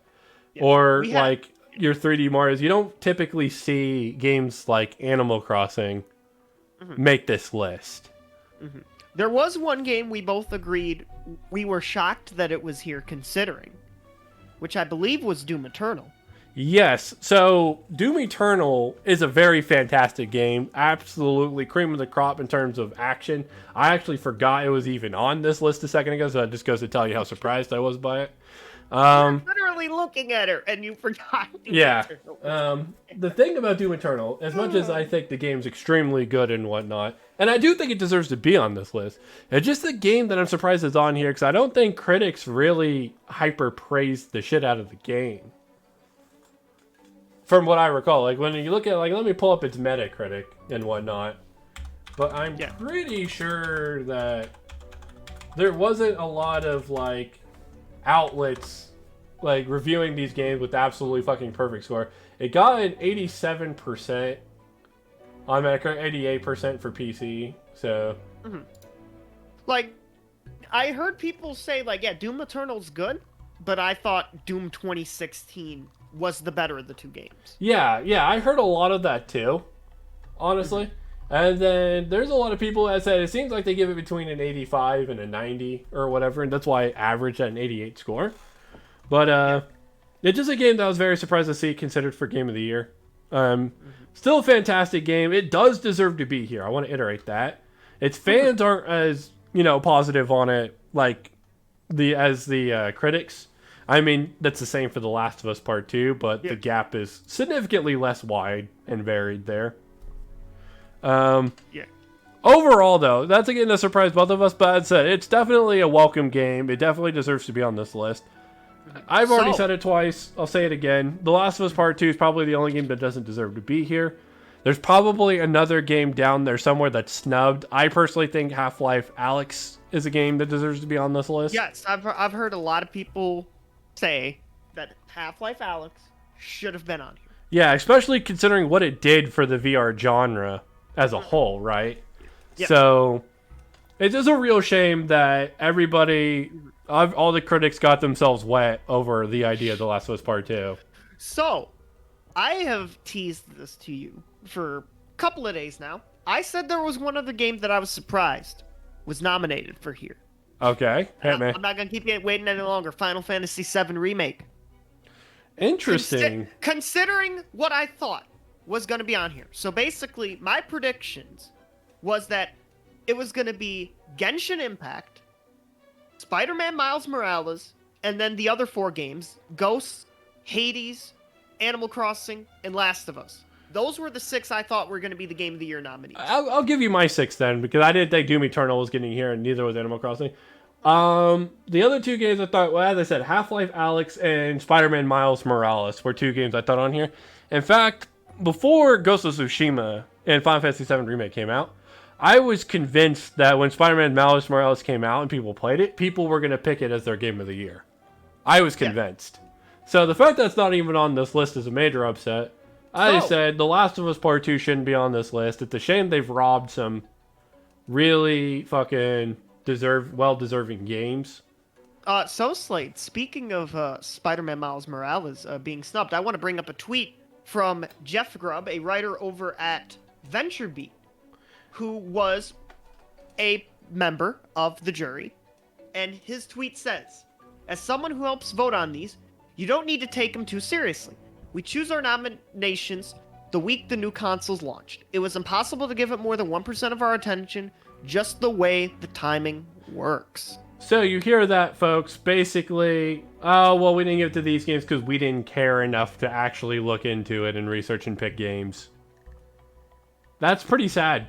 Especially when these are supposed to be a celebration of video games and it's supposed to be the most celebrated game of the year. I understand that they had to divide their attention between the release of the new consoles and whatnot. I totally get that. Yeah, so... But, as I said, it's absolutely insulting that, like, some of the games that deserve to be more recognized and more praised aren't on here. I mean, for God's sake, like I said, Persona 5 Royal definitely should have been the best music category and whatnot. Probably didn't even look at it because none of them even thought about it or cared enough to think about it. Mm-hmm. As I said, overall, it's why people say Game Award shows are typically a bit of a joke overall. Well, and this could also start an argument on should the Game Awards happen in mid-December. Should they happen in mid-December, and should they be moved to something like early January? January, like other award shows, like the Oscars or whatever. Yeah, but maybe it's because they don't want to compete directly with the Oscars that they don't do that. So yeah, that's true. That's true. But and either way, it's a shame. I said I'm not going to sit here and say you should take off Animal Crossing New Horizons, because I do think that you can make a legitimate argument that it might be the best game this year. I just feel like only one game definitely doesn't deserve to be here. This Last of Us Part 2. But I'm done ranting about that. So let's move on to what we think will win. It's probably going to be our longest in-depth conversation. Okay. So who do we think will win? I'll start with you, Byron. Who do you think is going to win and why? Okay, so there are 2 ways I think this will go. I will go with way number 1. I think this is going to go, as much as you will probably groan at me for saying this, I think this will go to The Last of Us Part 2. I'm not surprised. Go on. Yeah, I heard the groan in your voice. It's just, I've heard some people call this, like, quote-unquote Oscar bait. Or in the case to fit this, Game Awards bait. Which is definitely a term that I had not heard of up until recently, honestly, because I'm not much of a movie guy. Right. But I could see why someone would call it, like, Game Awards bait or whatever, considering what has won before, what has been nominated. Right. Before. And I just think that's going to be the way it goes this year. Yeah, well, based on previous trend, it is the most narrative game on this list overall. Yeah. And that's typically what's won the past few years. Well, I mean, last year was Sekiro Shadows Die Twice, right? Yeah, Sekiro. That's Yeah. Sekiro. That game wasn't really narrative based overall.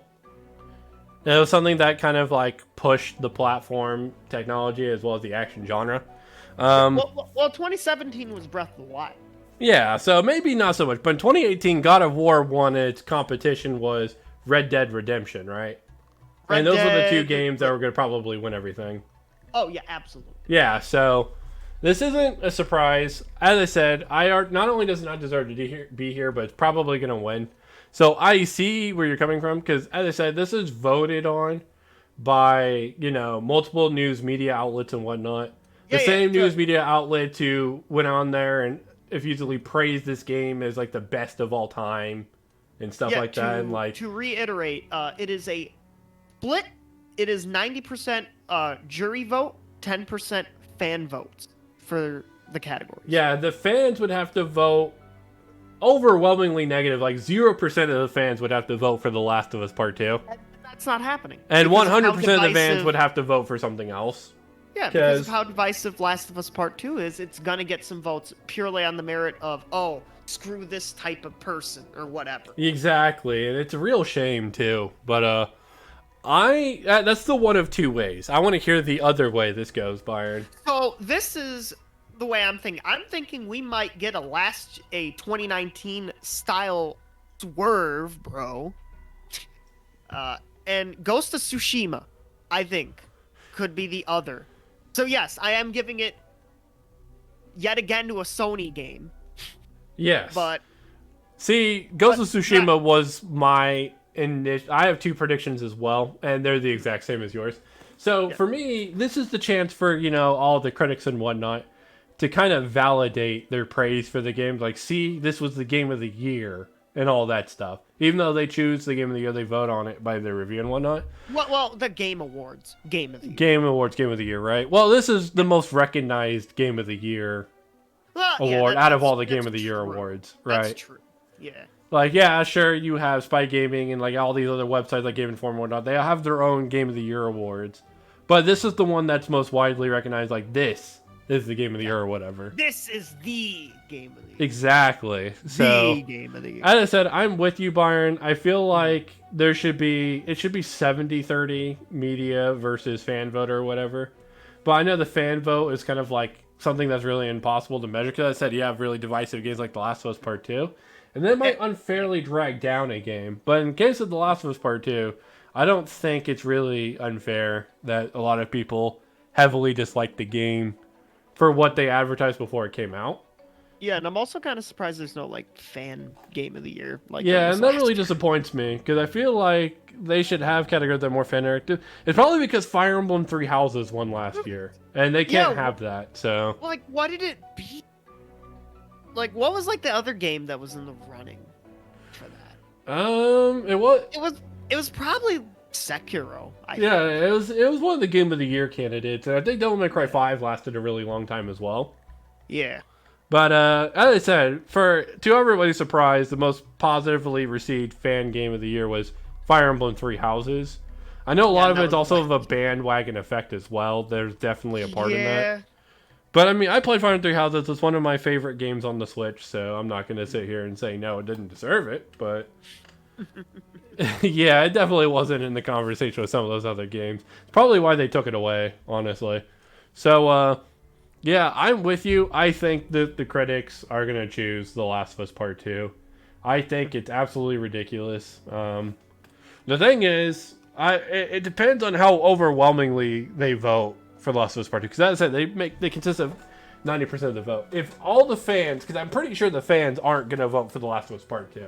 I think that's pretty much a done deal. I'm pretty sure all the votes are going to either the Final Fantasy VII Remake or Ghost of Tsushima. I wouldn't say all the fan votes. I think it's going to be spread out. We'll never truly. Yeah, I do agree that's going to be very well spread out. I think between Final Fantasy VII Remake, Ghost of Tsushima, and Hades are all going to have their contingent of fans that vote for them no matter what. Well, Animal Crossing will also have a contingent of fans. Nintendo fans, as much as they love purely Nintendo games, I also would argue a lot of them are objective as well. And they're not going to say Animal Crossing New Horizons is the best game this year just because it sold 20-something million copies. Well, I'd say most of them played the game and got bored with it after like a month and a half. People are going to know that. Yeah, well, I've heard some people argue Animal Crossing is like culturally the game of 2020 because it was the game of the pandemic. Okay, I'll agree with you there. I definitely think from a cultural standpoint, Animal Crossing New Horizons was a bright spot in an otherwise very shitty pandemic year. And I do think the pandemic took away a lot of the narrative from games like the Final Fantasy VII remake. Because, we were talking about that game for the last, 20 years. I hope it ever becomes a thing or whatever. And didn't it come They out, finally did it, and it's like, it happened during a pandemic year, so... No, didn't it come out, literally, a couple of weeks before the pandemic really got started here in the U.S.? It came out in March 5th, I believe. Oh, it was right. Exactly. During the pandemic. So it took away a lot of the attention from the Final Fantasy VII remake. It's really unfortunate, but I feel like that definitely hurt the Final Fantasy VII remake a lot in terms of sales and whatnot. Obviously, it's a very fantastic game, but here's the reason why I think Final Fantasy VII fans aren't going to just absolutely vote for this game in droves. The one thing that bothers me about this game, it's a fantastic remake and all that, is the fact that it's really just a third of the original game. You're not getting the full original game. You're really only getting a third of it. Yeah, that's true. And don't get me wrong. They did an absolutely fucking fantastic job and all that. Midgar is absolutely fucking gorgeous. Everything they do with the gameplay, the story's gorgeous. They added so much additional, side quests and content and whatnot that, it does feel like a full game on its own. So, even though it's a third of the original, it's still a full game. I don't want to hear the argument that it's not a full game because it absolutely is. Oh, yeah, it is a full game. It's just, technically speaking... A third of the original. I think that's going to hurt a lot of people's full opinion on it. Yeah, and I think it will hurt in the future when, inevitably, Part 2 and Part 3 get nominated for whatever years they come out, Game Awards, Game of the Year, if the Game Awards are still a thing. Well, here's my opinion on this. I don't think there will be a Part 3. Because I think... they have to do the rest of the game in part 2. And I know that's absolutely fucking crazy to say because they got 2/3 of game left. It's absolutely massive. Yeah, the good news is it'll be on the PS5. And no, it's going to be on the PS6. If they reuse the engine and everything that they just used, it shouldn't take them that long. But you know what? It's Square Enix. You're absolutely fucking right. I can't argue that, right? Square Enix, my guy. But either way, I digress. I don't think it's winning Game of the Year this year. Mm-hmm. I think it's just there's too many different things going towards it. Yeah. With the pandemic as well as the whole it's only a third of the original game. It's not going to get those fan votes that people want from it. Doom Eternal is another one that I feel like isn't going to win. Mm-hmm. Ignoring the fact that we were both surprised that it was here. It's just not well enough received by either the media or fans. Yeah. Praised game, everybody loves it, but it's not hugely oh my gosh, this game's the best kind of praise. Yeah. It's another Doom game, right? Yeah. Yeah, it's another Doom. It's another Doom game. And that's it's not a bad thing, it's a great thing, but it's not something that's going to help it stand out in the Game of the Year. Let's talk about Animal Crossing New Horizons. Like you said, game of the pandemic. A lot of people bought it. It's praise game, but like I was saying earlier, it's a game that once you played past a month and a half, maybe even 2 months, it's grown incredibly stale. Yeah, and it has a lot of quality of life issues. Yeah, the main thing about Animal Crossing with games like that is they're a game that requires constant updates in terms of content and support. Yeah, just like Fall Guys. Yeah, because if you don't have that, the game tends to die off after a little bit. And don't get me wrong, everyone's going to buy and they're going to enjoy the first 2 months of playing it and all that shit. And it's an absolutely fantastic experience for anybody who plays it for the first time. I'm not taking that away from it. But I just feel like the whole growing stale argument is what's going to hurt this game in a Game of the Year category in terms of illegitimate argument being had. Yeah. Hades. Hades is the next game. Hades is one of the most replayable video games of all time. It's definitely one of the most replayable roguelikes of all time. Because you have all the different weapon types and all that. Each gameplay experience is unique and outstanding. Yeah. Hades is absolutely fucking fantastic. The problem with Hades is it's not one of those modern games that push its technical marvel or graphics or anything like that. And I know it's a shitty thing to say because I don't think graphics make a game good or bad. Yeah. But these fucking these news media outlets and whatnot do, and they take that shit very serious. And because of that, I think that's going to hold it back overall. Even though to me, and this is just my opinion, I think Hades is the most fun game to play on this entire list. Like, hands down, runs away with it, it's not even close, right? Yeah. But the problem is, fun is only one part of the equation that these guys look at. Yeah. So I feel like it's not going to win just because of that. I don't know if you agree or not. I agree. Also, it's an incredible honor. Like, basically, like, I was going to say that it's the token indie spot, but, like, I don't think 2017 or 2019 had an indie game. So it's up there with Celeste. Yeah. And, like, it's so good that it breaks the barrier of an indie game to at least be nominated for Game Awards Game of the Year. For sure. It's just, as of right now, I don't think an indie is going to win the Game Awards Game of the Year. Yeah, and that's not even going into the fact that a lot of these reviews and whatnot are probably paid behind the scenes and whatnot. Indie studios aren't going to put up that kind of money to get, you know, those exceptional praise reviews from people. People reacted to Hades being really good, and positive reviews were forced because of that. Whereas some of the games on this list, I am more likely to believe that money passes hands to these news outlets and whatnot for them to view their game favorably. But that's just my opinion. I feel like there's only one game on this list that you have that opinion of. I mean, you're not wrong, but I feel like that's not... Okay, The Last of Us Part 2 is not the only game that has paid reviews, probably. Lots of games have paid reviews. I'm sure Doom Eternal also had paid reviews. So does the Final Fantasy VII Remake. Like, Byron, I'm not a hater of The Last of Us Part 2. No, but that's like the one game that's the one game that I feel like it showed up the most in force for this year. But yeah. Well, I was going to say it was the game that, like, to me screamed like, oh, you right now. Like, yeah. you're thinking right now. It's definitely the game I'm thinking of the most, but the other games on this list definitely also have some form of, like, paid reviews in the background. Maybe it's just me, but I think from disagree. An objective, like, if you're talking, like, well, which one of these games arguably had the least chance of, like, them paying off their reviewers, it's definitely Hades, right? So maybe, 100% Hades is the one game that's up here purely off of merit alone. I'm not saying Hades is the best game of the year, because, frankly, it's not. It's really close, but it's not. But at the same time, you know that Hades got here because they deserve to be here. And there's nothing going on behind the scenes to make you question otherwise. You can't say that about any other studio up here. I probably disagree with the paid review thing, but that's another conversation we can have at some other point in time. That's fair. I don't know. That's just, it's a conspiracy theory, but damn it, it's my theory. I feel like that's something that definitely goes on behind the scenes. You're putting on that tinfoil hat and, like, holding your hands up in a triangle. Don't get twisted. Fucking Star Wars Battlefront got hella positive reviews before that shit came out. And look what happened with that shit show. Yeah, that's true. Yeah, there's lots of games like that, Byron, and you know it's true. I don't think any of these 6, though. I think one of these 6 for sure. I'm sorry. One of these 6 for sure. We'll agree to disagree on that. Okay, so ignoring my whole, rant.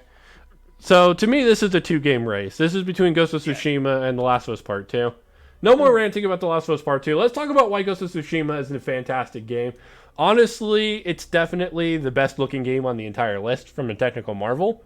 Oh, it's absolutely. Absolutely fucking stunning, gorgeous. It's got that hyper-realism thing while at the same time maintaining that beautiful art style that they got going on. The locale is great. Like, all 6 games have unique art style, but, like, the feudal, like, Japan setting. Oh, yeah. It's so good. Yeah, it's absolutely stunning and gorgeous. The gameplay itself is immensely satisfying.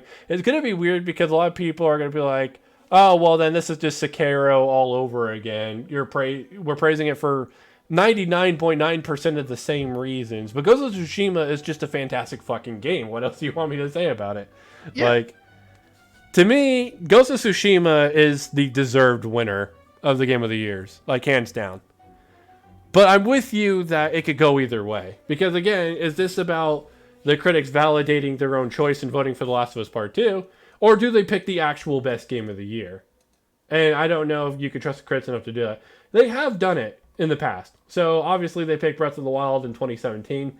Even though it went up against some fucking mega giants like Mario Odyssey. I don't think Mario Odyssey was Game Awards Game of the Year nominee in 2017. Yeah, it was. It was. Oh, yeah, it was. Yeah, it was. Same year, I'm Breath of being the dumb. Wild. I'm being dumb. Horizon Zero Dawn, which would have won it any other year, was also fucking up there.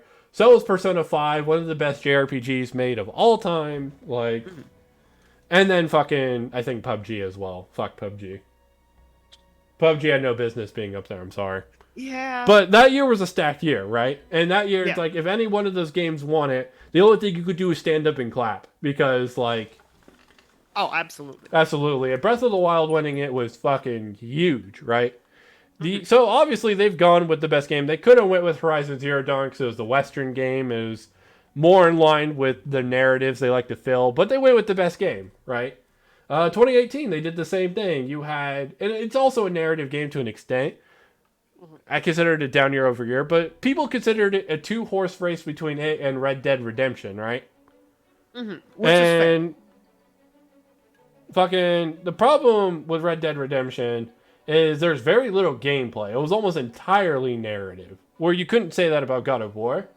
And to me, God of War definitely deserved it, but there was a real talk that Red Dead Redemption was going to win it just because it was more, mainstream overall. And, like, people loved the first two Red Dead Redemption games and all that shit. But God of War did end up winning it because it was the best game. So they have pulled through it for us in the past, right? But the thing is, this is the year where I think some bullshit goes down. And they pick what they deem to be the most praiseworthy game, despite it being easily the most controversial. Like, here's the thing. You and I both know if The Last of Us Part 2 wins this, there's going to be an absolute fucking shitstorm. Do you agree? Yeah. You could also, I guess, maybe say the same thing for, like, Animal Crossing, because it's not, like, the usual... Well, yeah, and that's why... Okay, exactly, it's not the usual. That's why I was surprised to see it here, Byron. But I digress. Yeah, but, so if The Last of Us Part 2 wins this, there's going to be like a social media war brought back up and revived from the beginning of the year when the game came out. And I'm just going to be and maybe this will just be me, I'm just going to be sitting here with my popcorn being like, it's the Game Awards, like it doesn't... Yeah, and I said, maybe to this me isn't something you should take super seriously. They're right, but people do anyway. So, yeah, they do. It's like sports teams. Yeah, so, as I said, looking at this, I'm voting for Ghost of Tsushima. And you know what? I'm going to make the prediction. I think that they pull through for us, and they do pick the actual best game of the year. I don't think they're going with The Last of Us Part 2. I think they want to, but I think they know that it's too divisive. Like, people straight up believe Ghost of Tsushima is the best game. Prediction, Last of Us Part 2. Out of these 6, I'd probably choose Ghost of Tsushima. Ghost of Tsushima. Personal game of the year. Let's actually really quickly mention. Personal game of the year. Okay, personal game of the year. Let's talk about my personal game of the year. Now, it has to be a 2020 game. I'll go first because I've only played 2 2020 games this year. Right. Which are Phasmophobia and Fall Guys, and obviously I've played Fall Guys more than Phasmophobia, so obviously my 2020 game of the year would be... Byron, you don't want to pick Among Us? Okay. All right, good. Slade, what's your personal? To end this off, what's your personal? My personal is probably from what if I'm doing it based on what I've played, it's Genshin Impact. Okay. From what I've played, yeah, it's really close between it and the Final Fantasy VII remake.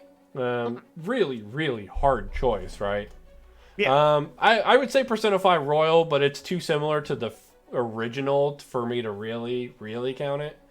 Now, in terms of what I think is the best game of the world, like objectively speaking, it probably is Ghost of Tsushima. So, like, my vote lines up there. But if I wasn't going to pick Ghost of Tsushima, if I had to pick second, I definitely would have picked either Hades or Half-Life Alyx. Okay.